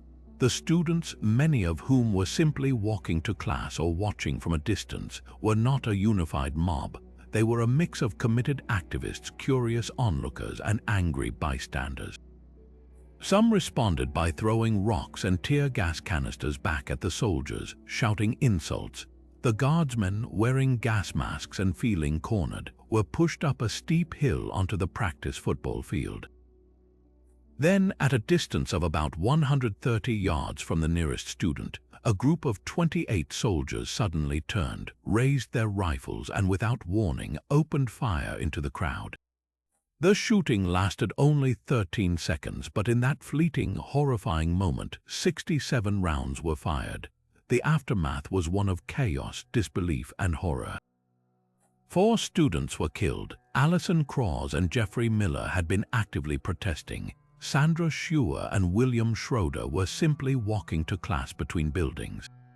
9 others were wounded, one of whom was permanently paralyzed. The most iconic photograph to emerge was of a 14-year-old runaway named Mary Ann Vecchio screaming over the lifeless body of Jeffrey Miller, an image that would win the Pulitzer Prize and become an indelible icon of the era. The immediate response from authorities was a masterclass in deflection. The president's press secretary famously remarked that the tragedy should remind us that when dissent turns to violence, it invites tragedy. This blame the victim narrative was echoed by many who saw the students as unruly troublemakers who had gotten what they deserved. A Gallup poll taken shortly after found that 58% of Americans blamed the students for the deaths, a stunning statistic that revealed the profound generational and cultural chasm in the country. The long-term impact, however, was seismic. The shootings triggered the only nationwide student strike in U.S. history. Over 4 million students from hundreds of high schools, colleges, and universities walked out of their classes in protest, effectively shutting down higher education across the country. The event became the ultimate symbol of a government that had lost its moral authority, a chilling demonstration that the state was willing to kill its own children to silence dissent against an unpopular war. It galvanized the anti-war movement, bringing in millions of previously uncommitted moderates who were now horrified by the direction of the nation. It also had a direct political effect. Just days later, 100,000 protesters descended on Washington, D.C., and the Senate backlash against Nixon's Cambodia policy was so intense that he was forced to publicly promise a withdrawal of American troops from Cambodia within weeks. The legal and institutional reckoning was deeply unsatisfying. A presidential commission concluded that the shootings were unnecessary, unwarranted, and inexcusable. Yet, in a federal trial, 8 guardsmen were indicted on civil rights charges, and all were acquitted. The state of Ohio eventually paid the wounded students and the families of the deceased a total of $675,000 in a civil settlement in 1979, which included a signed statement of regret, not an admission of wrongdoing. For the nation, Kent State was not just a tragedy, it was a profound national failure. It represented the collapse of dialogue and the militarization of domestic dissent. It shattered the ideal of the campus as a marketplace of ideas and revealed it instead as a battleground in a culture war. It forced every American to choose a side, and in doing so, it left a wound on the national psyche that for many has never fully healed, a permanent reminder of what happens when fear, arrogance, and loaded weapons converge on a spring afternoon. While the tragedy at Kent State represented a government turning its weapons on its own future, a century earlier, the United States faced a different kind of internal war, not over foreign policy, but over the very soul of its industrial revolution, pitting the immense power of corporate titans against the desperation of their own workforce. At number 28, we have the cataclysmic Great Railroad Strike of 1877, and the federal government's brutal, one-sided response, a pivotal mistake that chose bullets over bargaining and set a devastating precedent for siding with capital over labor for generations to come. To understand the sheer explosive force of this event, you have to feel the profound economic despair gripping the nation in the 1870s. The Panic of 1873 had triggered a deep, years-long depression, the worst the country had ever seen. Factories shuttered, unemployment soared above 25% in some cities, and those who were lucky enough to still have jobs watched their wages be slashed again and again by bosses who knew desperate men had no leverage. For the nation's railroad workers, the situation was especially dire. Theirs was a life of brutal danger, with horrific accidents and maimings a daily reality, all for poverty-level pay. And then, in July 1877, the country's largest railroads, including the mighty Baltimore and Ohio, delivered the final insult. They announced a third round of wage cuts in 3 years. For many workers, this 10% cut was the difference between barely feeding their families and utter destitution. The spark finally ignited in Martinsburg, West Virginia, on July 16th, when a crew of brakemen and firemen on the B&O simply walked off the job, uncoupled the engines, and declared that no trains would move until the pay cut was revoked. This wasn't a planned, nationwide strike. It was a spontaneous act of defiance that tapped into a deep, seething well of anger that instantly spread like wildfire up and down the rail lines. The strike didn't just grow, it mutated into a full-blown national uprising. From Baltimore and Pittsburgh to Chicago and St. Louis, the walkout spread. It quickly moved beyond the railroad workers themselves, drawing in thousands of sympathetic factory workers, the unemployed, and a growing underclass furious at the staggering inequality of the Gilded Age. In many cities, the strikes escalated into riots. Protesters seized control of rail yards, blocked tracks with overturned freight cars, and in some places set fire to invaluable railway property, symbols of the corporate power that was crushing them. The chaos was not just about wages, it was a raw, visceral scream against the entire industrial system, a system where men like Cornelius Vanderbilt and Jay Gould lived in unimaginable opulence while their workers starved. The response from the owners and the political establishment was swift, severe, and overwhelmingly violent. The railroad barons didn't see desperate men fighting for survival. They saw a mob threatening their property and, by extension, the natural order of society. They demanded that state militias be called out to break the strikes and get the trains moving. In city after city, mayors and governors, many deeply indebted to the railroads politically, complied. But what happened next shocked the nation. In Baltimore, the state militia was met by a furious crowd that pelted them with rocks.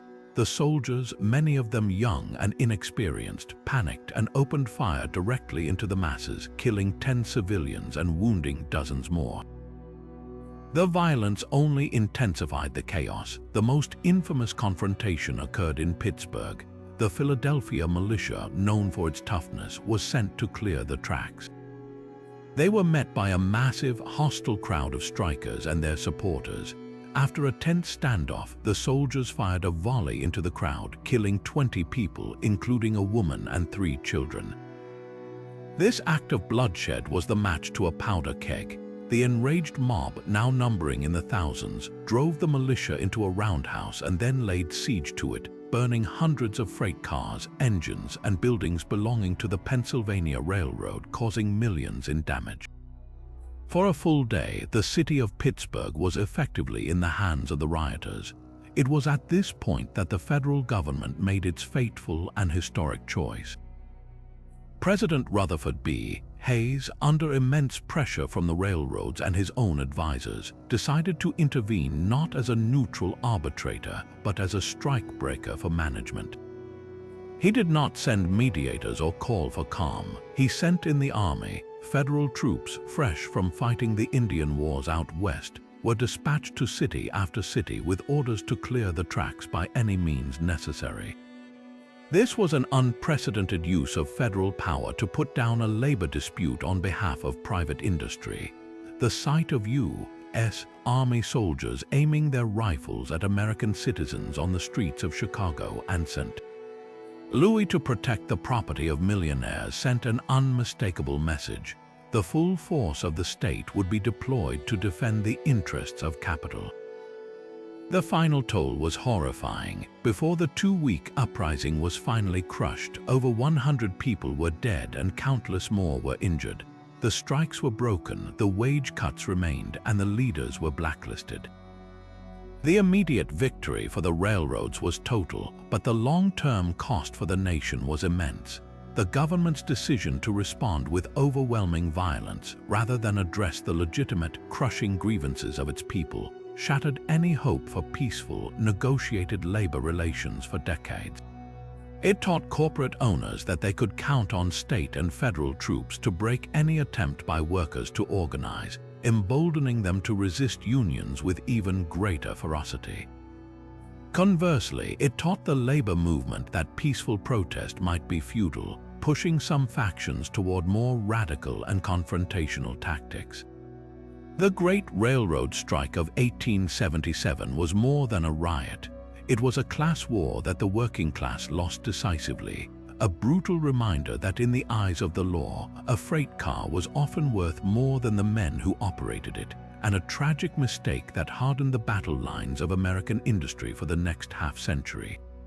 If the Great Railroad Strike demonstrated the government's willingness to protect capital with force, the financial titans of the 1920s believed they had engineered a new, permanent era of prosperity, one immune to the old cycles of boom and bust.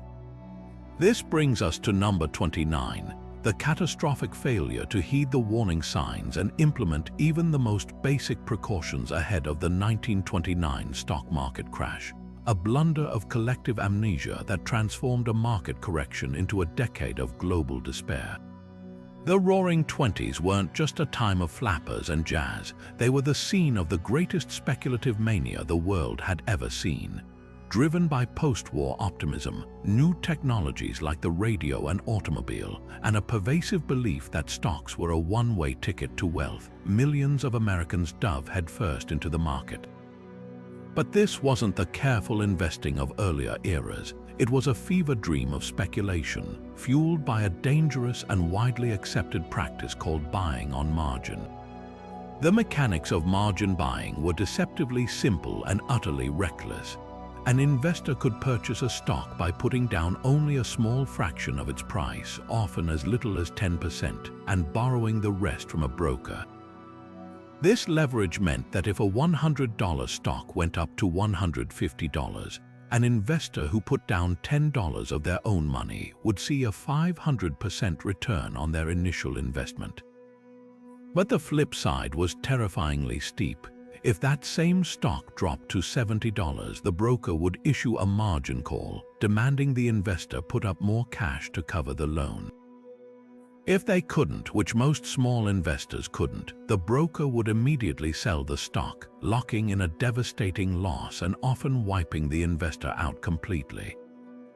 This system created a precarious house of cards where the entire market was propped up by a vast web of debt. Everyone was betting on perpetual growth, and as long as prices kept climbing, the music kept playing. The parallels to previous financial panics, like the one in 1907 or even the Dutch tulip mania centuries before, were stark and largely ignored. The same classic signs of a bubble were all there. Barbers and elevator operators were offering stock tips. The general public was pouring their life savings into companies they knew nothing about, and the prevailing wisdom was that the old rules of economics no longer applied. President Calvin Coolidge and his Treasury Secretary, Andrew Mellon, championed a hands-off pro-business approach, insisting that the market would regulate itself. The Federal Reserve, the institution created in 1913 precisely to prevent such panics, was hesitant to act.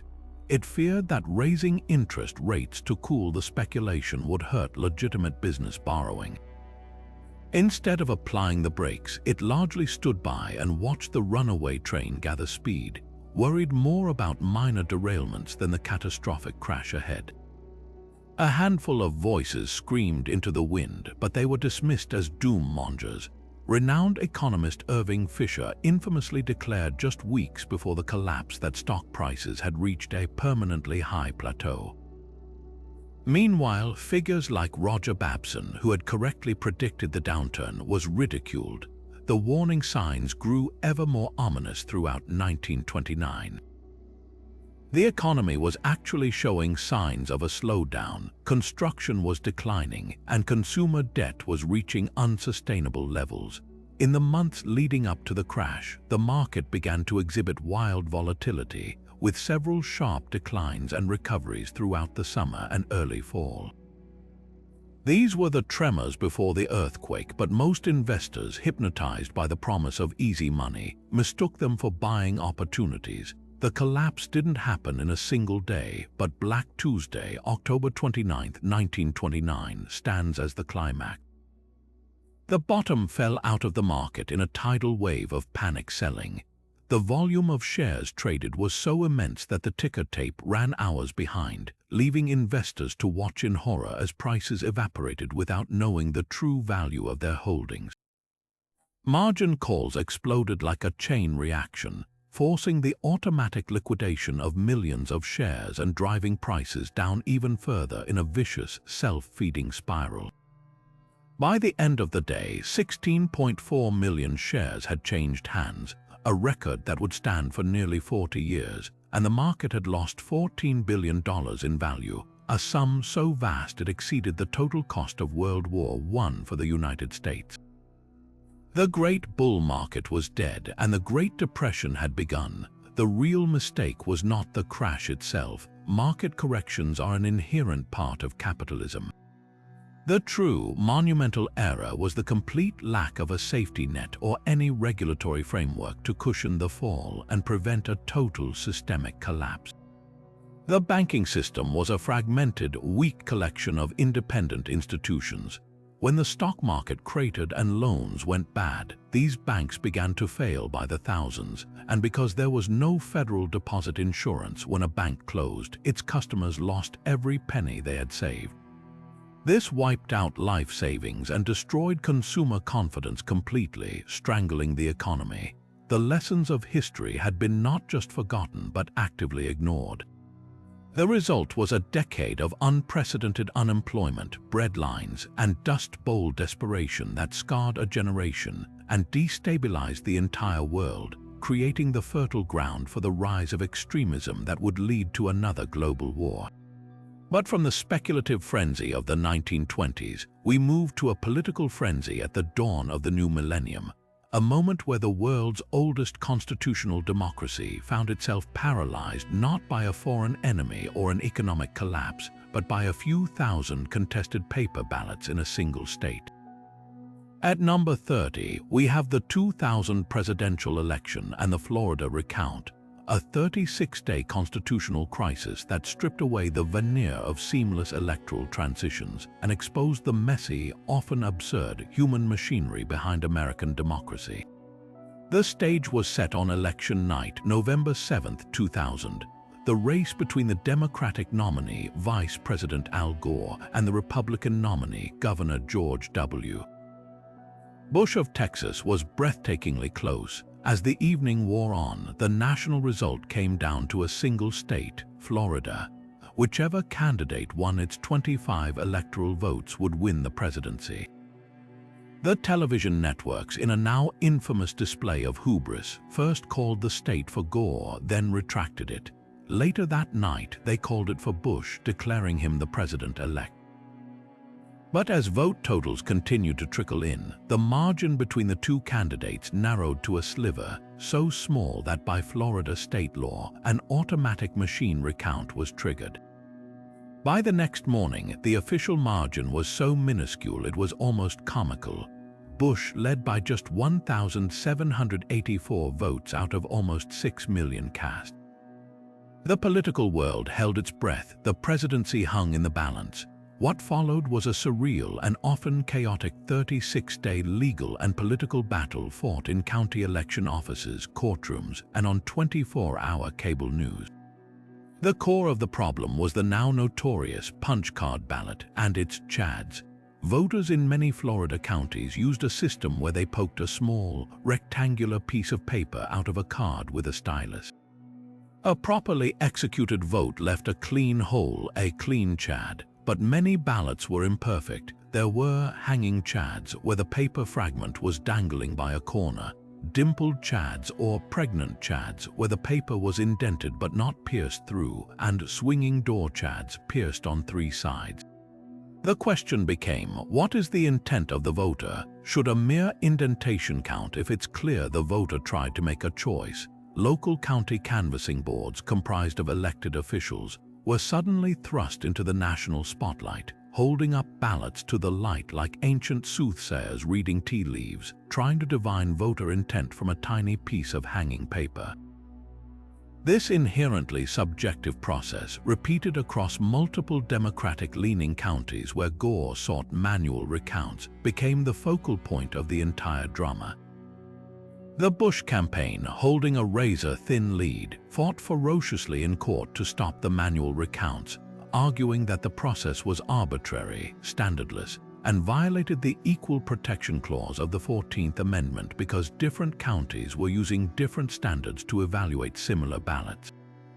The Gore campaign argued that every legally cast vote deserved to be counted, and that a full and accurate manual recount was the only way to determine the true winner. The situation descended into a circus-like atmosphere. Partisan operatives from both sides descended on South Florida, staging protests outside election offices. Television news played endless loops of election officials squinting at ballots, while pundits and lawyers debated chadology as if it were a new scientific discipline. The phrase butterfly ballot entered the national lexicon, referring to a confusing ballot design in Palm Beach County that some argued led thousands of elderly Jewish voters who intended to vote for Gore to mistakenly cast their vote for Reform Party candidate Pat Buchanan. The legal battle rocketed through the court system at a blinding speed, from state courts to federal courts and back again. The climax arrived on December 12, 2000. The U.S. Supreme Court, in a complex and bitterly divided 5-4 ruling in the case of Bush v. Gore, effectively ended the recount. The unsigned per curiam opinion held that the varying standards for evaluating ballots across different counties violated the Equal Protection Clause because there was no single uniform standard to ensure equal treatment for all voters. More critically, the court declared that because Florida law wished to appoint its electors by a December 12th safe harbor deadline to guarantee their congressional acceptance, there was no time to craft a constitutionally valid statewide recount standard. Therefore, the recount had to stop. With the recount halted, Florida's certified vote count, which showed Bush ahead by 537 votes, stood. George W. Bush became the 43rd President of the United States. The aftermath of the decision left a deep and lasting scar on the American body politic. The 5 justices in the majority were all Republican appointees, and the 4 dissenters were Democratic appointees, leading to widespread accusations that the court had acted not as a neutral arbiter of the law, but as a political body handing the presidency to its preferred candidate. Justice John Paul Stevens, in a passionate dissent, wrote that the majority's reasoning could only lend credence to the most cynical appraisal of the work of judges, and that the real loser of the election was the nation's confidence in the judge as an impartial guardian of the rule of law. While the decision was intended to provide a final resolution to the crisis, it instead fostered a persistent sense of illegitimacy among many Americans that would shadow the Bush presidency, particularly through the contentious events that followed. The 2000 election became a permanent lesson in the fragility of electoral systems and the profound consequences of every technical detail, from ballot design to voting machine technology. It was a mistake that forced a national reckoning, leading to the passage of the Help America Vote Act in 2002, which provided funds for states to upgrade their voting equipment and establish minimum election administration standards. Yet it also opened a deep and lasting wound of partisan distrust in the very institutions, the courts and the electoral process itself, that are meant to bind the nation together, proving that sometimes the most dangerous threats to a democracy are not grand external forces, but the tiny, hanging fragments of a punched-out piece of paper. But if the 2000 election crisis revealed the fragility of modern democratic systems, our next monumental era takes us back to the very origins of those systems, to a time when fear and superstition could utterly overwhelm the fledgling concepts of justice and due process. At number 31, we have the Salem witch trials, a terrifying explosion of mass hysteria in 1692 that stands as one of the most infamous and enduring examples of how easily a community can turn on itself, sacrificing innocent lives on the altar of its own paranoia. To understand how this could happen, we must first step into the cramped, rigid world of the Massachusetts Bay Colony. This was a society governed by a stark and severe Puritan faith, a worldview that saw the hand of God in every bountiful harvest and the machinations of the devil behind every misfortune. Life was hard, isolated, and filled with existential dread. Conflicts with neighboring Native American tribes created a constant undercurrent of fear, and a recent smallpox epidemic had left the community traumatized. The political situation was also deeply unstable. The colony had just lost its charter and was awaiting a new governor, creating a power vacuum that left the local leadership feeling particularly vulnerable. Into this tinderbox of anxiety, a single spark was enough to start a conflagration. That spark came in the home of the Reverend Samuel Parris in Salem Village, now the town of Danvers. In the winter of 1692, his 9-year-old daughter Elizabeth and his 11-year-old niece Abigail Williams began behaving in bizarre and frightening ways. They contorted their bodies into odd positions, hid under furniture, uttered strange sounds, and complained of being pinched and pricked by invisible forces. Soon, the affliction spread to other young girls in the community. The local doctor, unable to find a physical cause, delivered the diagnosis that would seal the fate of the community. The girls were, he declared, under the influence of witchcraft. Pressured by terrified and bewildering adults, the girls named their tormentors. The first 3 accused were social outcasts who fit a convenient stereotype: Tutuba, the Parris family's enslaved Caribbean woman; Sarah Good, a homeless beggar known for her muttering and pipe smoking; and Sarah Osborne, an elderly woman who had engaged in a land dispute with the powerful Putnam family and had scandalously allowed her indentured servant to live in her home before married. The legal proceedings that followed were a grotesque perversion of justice. The Court of Oyer and Terminer, meaning to hear and to determine, was established to try the cases, and it operated under rules that made conviction almost a foregone conclusion. The most damning evidence presented was so-called spectral evidence, the testimony of the afflicted girls that they could see the specter or ghost of the accused witch tormenting them. Since this spectral form was invisible to everyone else, the accused had no way to disprove the charge. If they maintained their innocence, it was seen as further proof of their deception. If they confessed and named others, they might save their own lives, a dynamic that encouraged a cascading cycle of accusations. The trials became a potent weapon for settling old scores, jealousies, and grudges. As the hysteria grew, the accusations climbed the social ladder, moving from the marginalized to respected and pious church members, even reaching the wife of the colony's governor.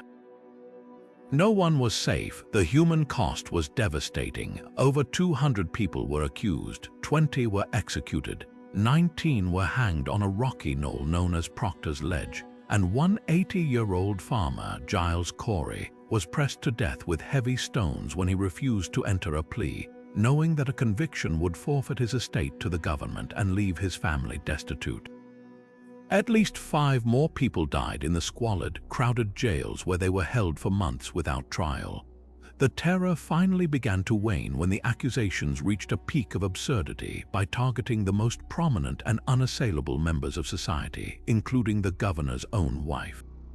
The governor, William Phipps, finally dissolved the Court of Oyer and Terminer and forbade the use of spectral evidence in any future trials. A new court was convened, which acquitted most of the remaining accused and eventually pardoned others. The nightmare was over, but the damage was done.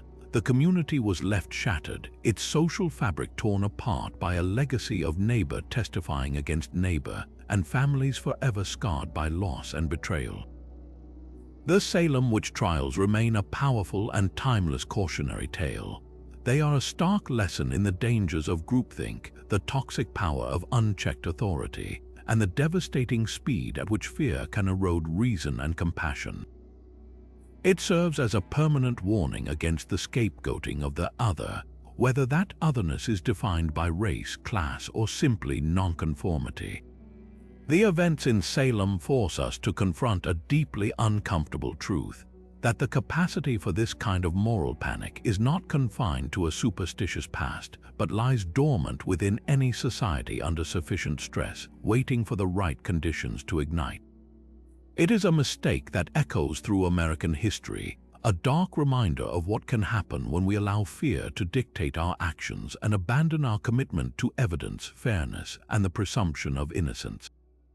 Imagine a political convention where the real battle isn't happening on the convention floor under the bright lights, but outside on the streets under a much darker cloud of tear gas and police batons.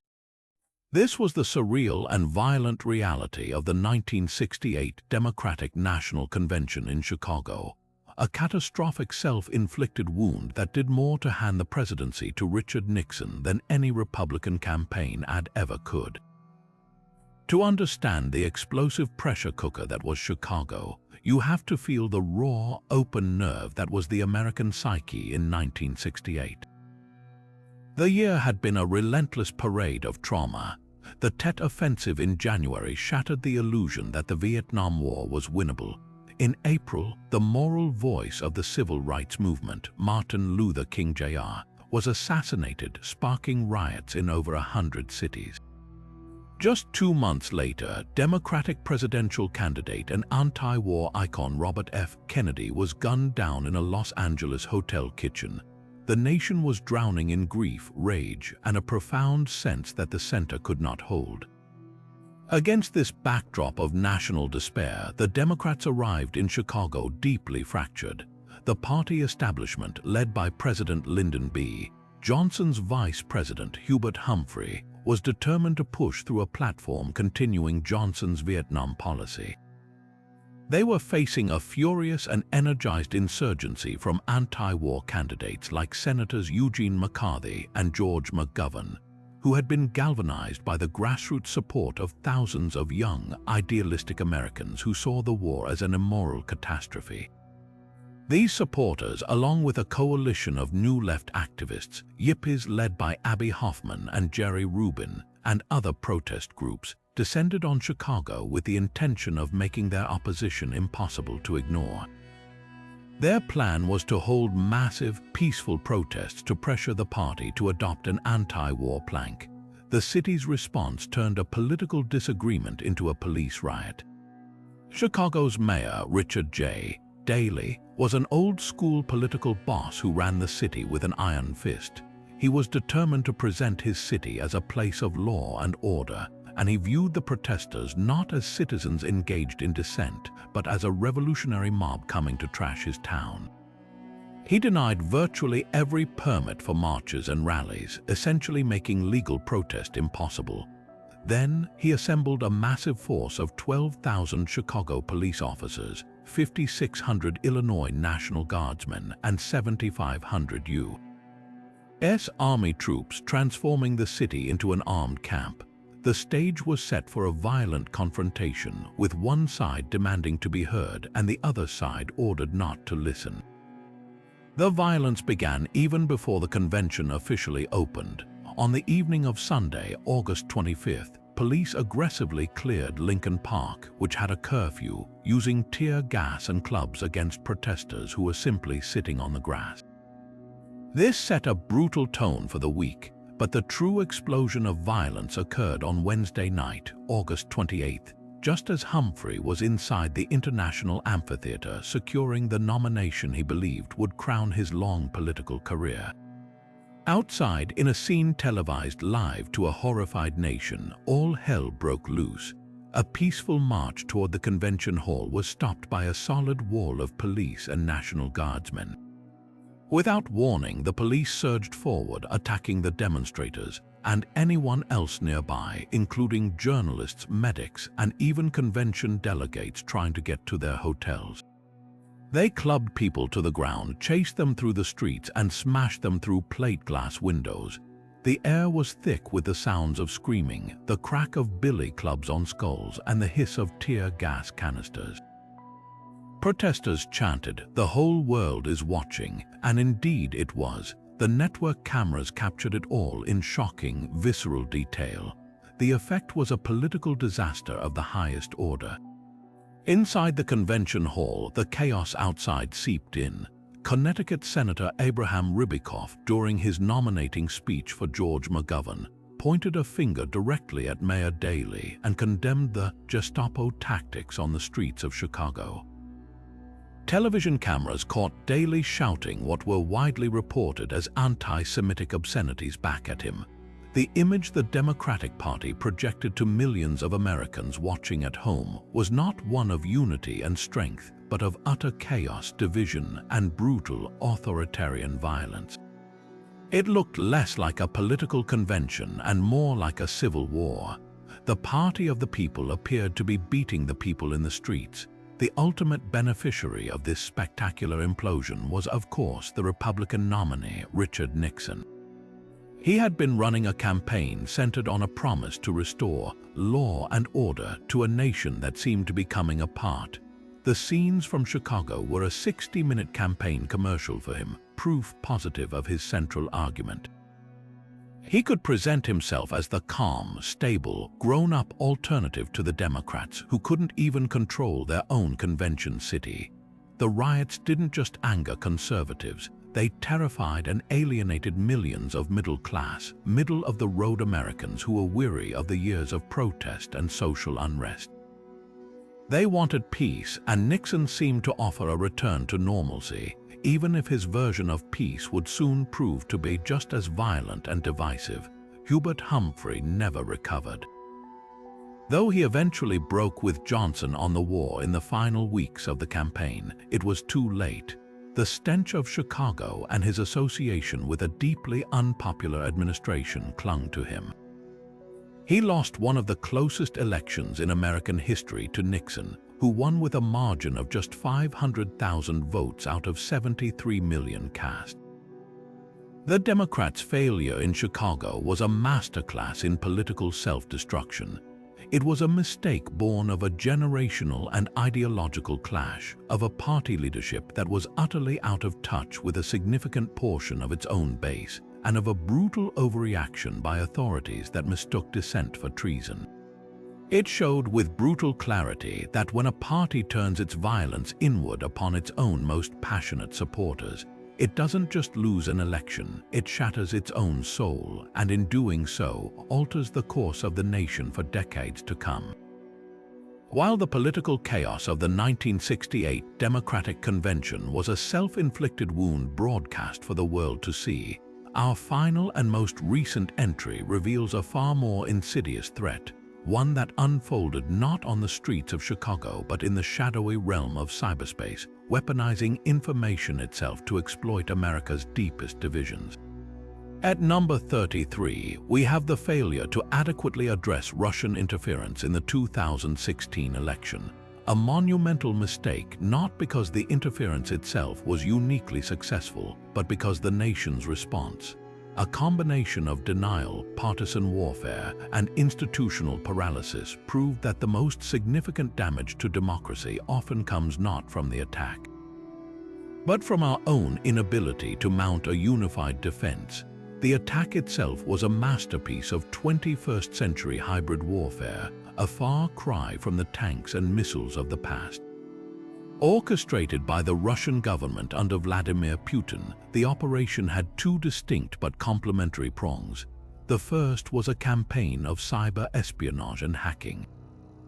Russian military intelligence, known as the GRU, successfully infiltrated the computer networks of the Democratic National Committee, the Democratic Congressional Campaign Committee, and key party officials, most notably the email account of Hillary Clinton's campaign chairman, John Podesta. This was not just about gathering intelligence, it was about acquiring ammunition. The stolen emails and documents were then systematically weaponized and released to the public through cutouts like the website WikiLeaks, with the releases carefully timed by Russian operatives to create maximum political damage and media frenzy, effectively drowning out Clinton's campaign message at critical junctures. The second, and arguably more pernicious, prong was a massive and sophisticated information operation waged across social media platforms. Using troll farms like the Internet Research Agency in St. Petersburg, Russia created a vast army of fake American personas and divisive social media groups. They didn't just support one candidate over another, they sought to inflame existing societal tensions on every conceivable issue. They created fake Black Lives Matter pages to discourage African American voters from turning out. They organized simultaneous pro-Trump and anti-Trump rallies in the same Texas town, ensuring that real Americans would show up and confront each other with the events promoted by fictional accounts on both sides. They pumped out fabricated memes and stories designed to breed distrust in the electoral process itself. The goal was never to make Americans believe a specific lie, but to make them believe in nothing at all, to erode their shared sense of reality and make the very concept of objective truth seem like a partisan fantasy. The true failure, however, was not the attack's initial success, but the devastatingly fragmented response it provoked. While the Obama administration was aware of the Russian activity, it found itself in an impossible bind. They were presented with solid intelligence of a foreign attack on the nation's political system, but any forceful public response from a Democratic White House in the heat of a presidential campaign would instantly be labeled by Donald Trump and his allies as a partisan attempt to rig the election. Fearing this exact scenario, President Obama chose a cautious, behind-the-scenes approach, delivering a stern warning to Putin in person and proposing a bipartisan show of unity with congressional leaders. But Senate Majority Leader Mitch McConnell reportedly refused to sign onto any bipartisan statement, threatening to turn the issue into a partisan dispute if the administration moved forward alone. This single act of partisan obstruction effectively neutered the federal government's ability to mount a robust public defense of its own electoral integrity, leaving the American people in the dark about the full scope of the attack until it was too late. The aftermath of the election was arguably even more damaging to the nation's institutional health than the interference itself. Rather than prompting a unified, soul-searching inquiry into national security vulnerabilities, the confirmed evidence of Russian meddling became the central battleground in a new, all-consuming domestic political war. The appointment of Special Counsel Robert Mueller and his subsequent investigation, which detailed the Russian operation in exhaustive detail and led to multiple indictments of Russian nationals and key Trump advisors, was immediately framed by President Trump and his supporters not as a fact-finding mission but as a politically motivated witch hunt. This narrative, amplified by a dedicated conservative media ecosystem, successfully convinced a significant portion of the electorate to dismiss the entire scandal as a hoax, despite its grounding in intelligence community assessments. The issue became a litmus test of tribal loyalty, not a matter of national security consensus. The very vocabulary used to describe the event, Russian interference versus the Russia hoax, became a signal of which political team you were on, making a sober, factual discussion about defending democracy practically impossible. This collective failure to confront the threat honestly has left the nation profoundly vulnerable. It demonstrated to other adversarial nations like China and Iran that the cost for meddling in American democracy is remarkably low and the potential to sow chaos is incredibly high. More insidiously, it has normalized the idea that elections are not sacred exercises in self-government, but are merely another arena for information warfare, where any claim of fraud or foreign influence can be wielded as a political cudgel regardless of its veracity. The enduring legacy of 2016 is not just that a foreign power tried to interfere, but that we proved ourselves so ideologically divided that we could not even agree on that basic fact, let alone forge a common strategy to prevent it from happening again. It stands as the ultimate modern absurdity, a nation so powerful it can project force anywhere on the globe, yet so politically fractured it cannot defend the integrity of its own ballot box from a determined attack launched from a troll farm thousands of miles away. And so we reach the end of our journey through 33 of the most astonishing missteps in the American story. From the constitutional angst of the Louisiana Purchase to the digital battlegrounds of 2016, what unites these events is not just their sheer absurdity, but their profound and lasting impact. They are the cracks in the marble statue of history, the moments where human fallibility, arrogance, fear, and simple bad luck diverted the river of progress into unexpected and often tragic new channels. These are not merely footnotes, they are the very chapters that have defined the nation's character, forging its resilience through the hard lessons of its own failures. This tapestry of errors reveals a crucial truth about the American experiment. Its strength was never derived from infallibility. Rather, its genius lies in a restless, often painful, capacity for self-correction. The outrage over the Alien and Sedition Acts helped cement the importance of free speech. The horror of the Trail of Tears and Japanese internment eventually led to national apologies and a more conscious, if still imperfect, grappling with justice.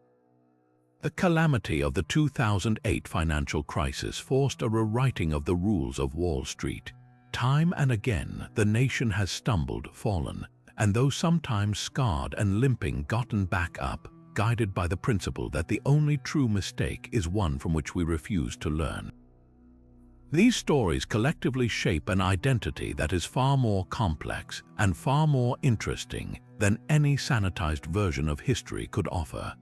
America is a nation conceived in liberty but also in compromise with slavery, a beacon of innovation that has also perfected the art of the Ponzi scheme, a global power that has liberated continents and also stumbled into quagmires. This contradiction is not a weakness to be hidden but a reality to be embraced. It tells us that progress is not a straight line upward but a messy, looping, and deeply human journey. Understanding these mistakes doesn't diminish the nation's achievements. It grounds them in a reality that is ultimately more inspiring because it is attainable. It tells us that if a country can survive confiscating gold, prohibiting alcohol, and basing a war on fabricated intelligence, then perhaps it and we can survive our own modern blunders. This is why history matters. It is not a dull list of dates and dead kings, but a vital, urgent conversation with the past. It is our collective memory, a guidebook of what to emulate and a stark warning of what to avoid.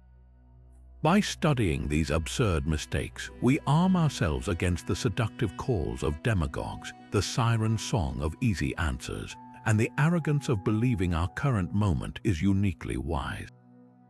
We see the patterns of paranoia that lead to witch hunts and red scares, the economic hubris that triggers panics and depressions, and the foreign policy doctrines that mire nations in endless conflict. This knowledge is our best defense against repeating the very errors we've just recounted. Now we turn the conversation over to you. As you reflect on these 33 monumental stumbles, which one leaves you the most astounded? Was it the sheer legal cruelty of the Dred Scott decision, the economic self-sabotage of the Smoot-Hawley tariff, or the modern digital intrigue of 2016? Share your thoughts in the comments below. We genuinely want to know which chapter of American fallibility resonates most deeply with you and why. If this journey through the unpredictable corridors of history captivated you, then you certainly won't want to miss what we explore next. Make sure to subscribe to the channel and hit that notification bell because we have countless more stories waiting for you. Tales of bizarre inventions, forgotten catastrophes, and the fascinating figures who, for better or worse, truly made history.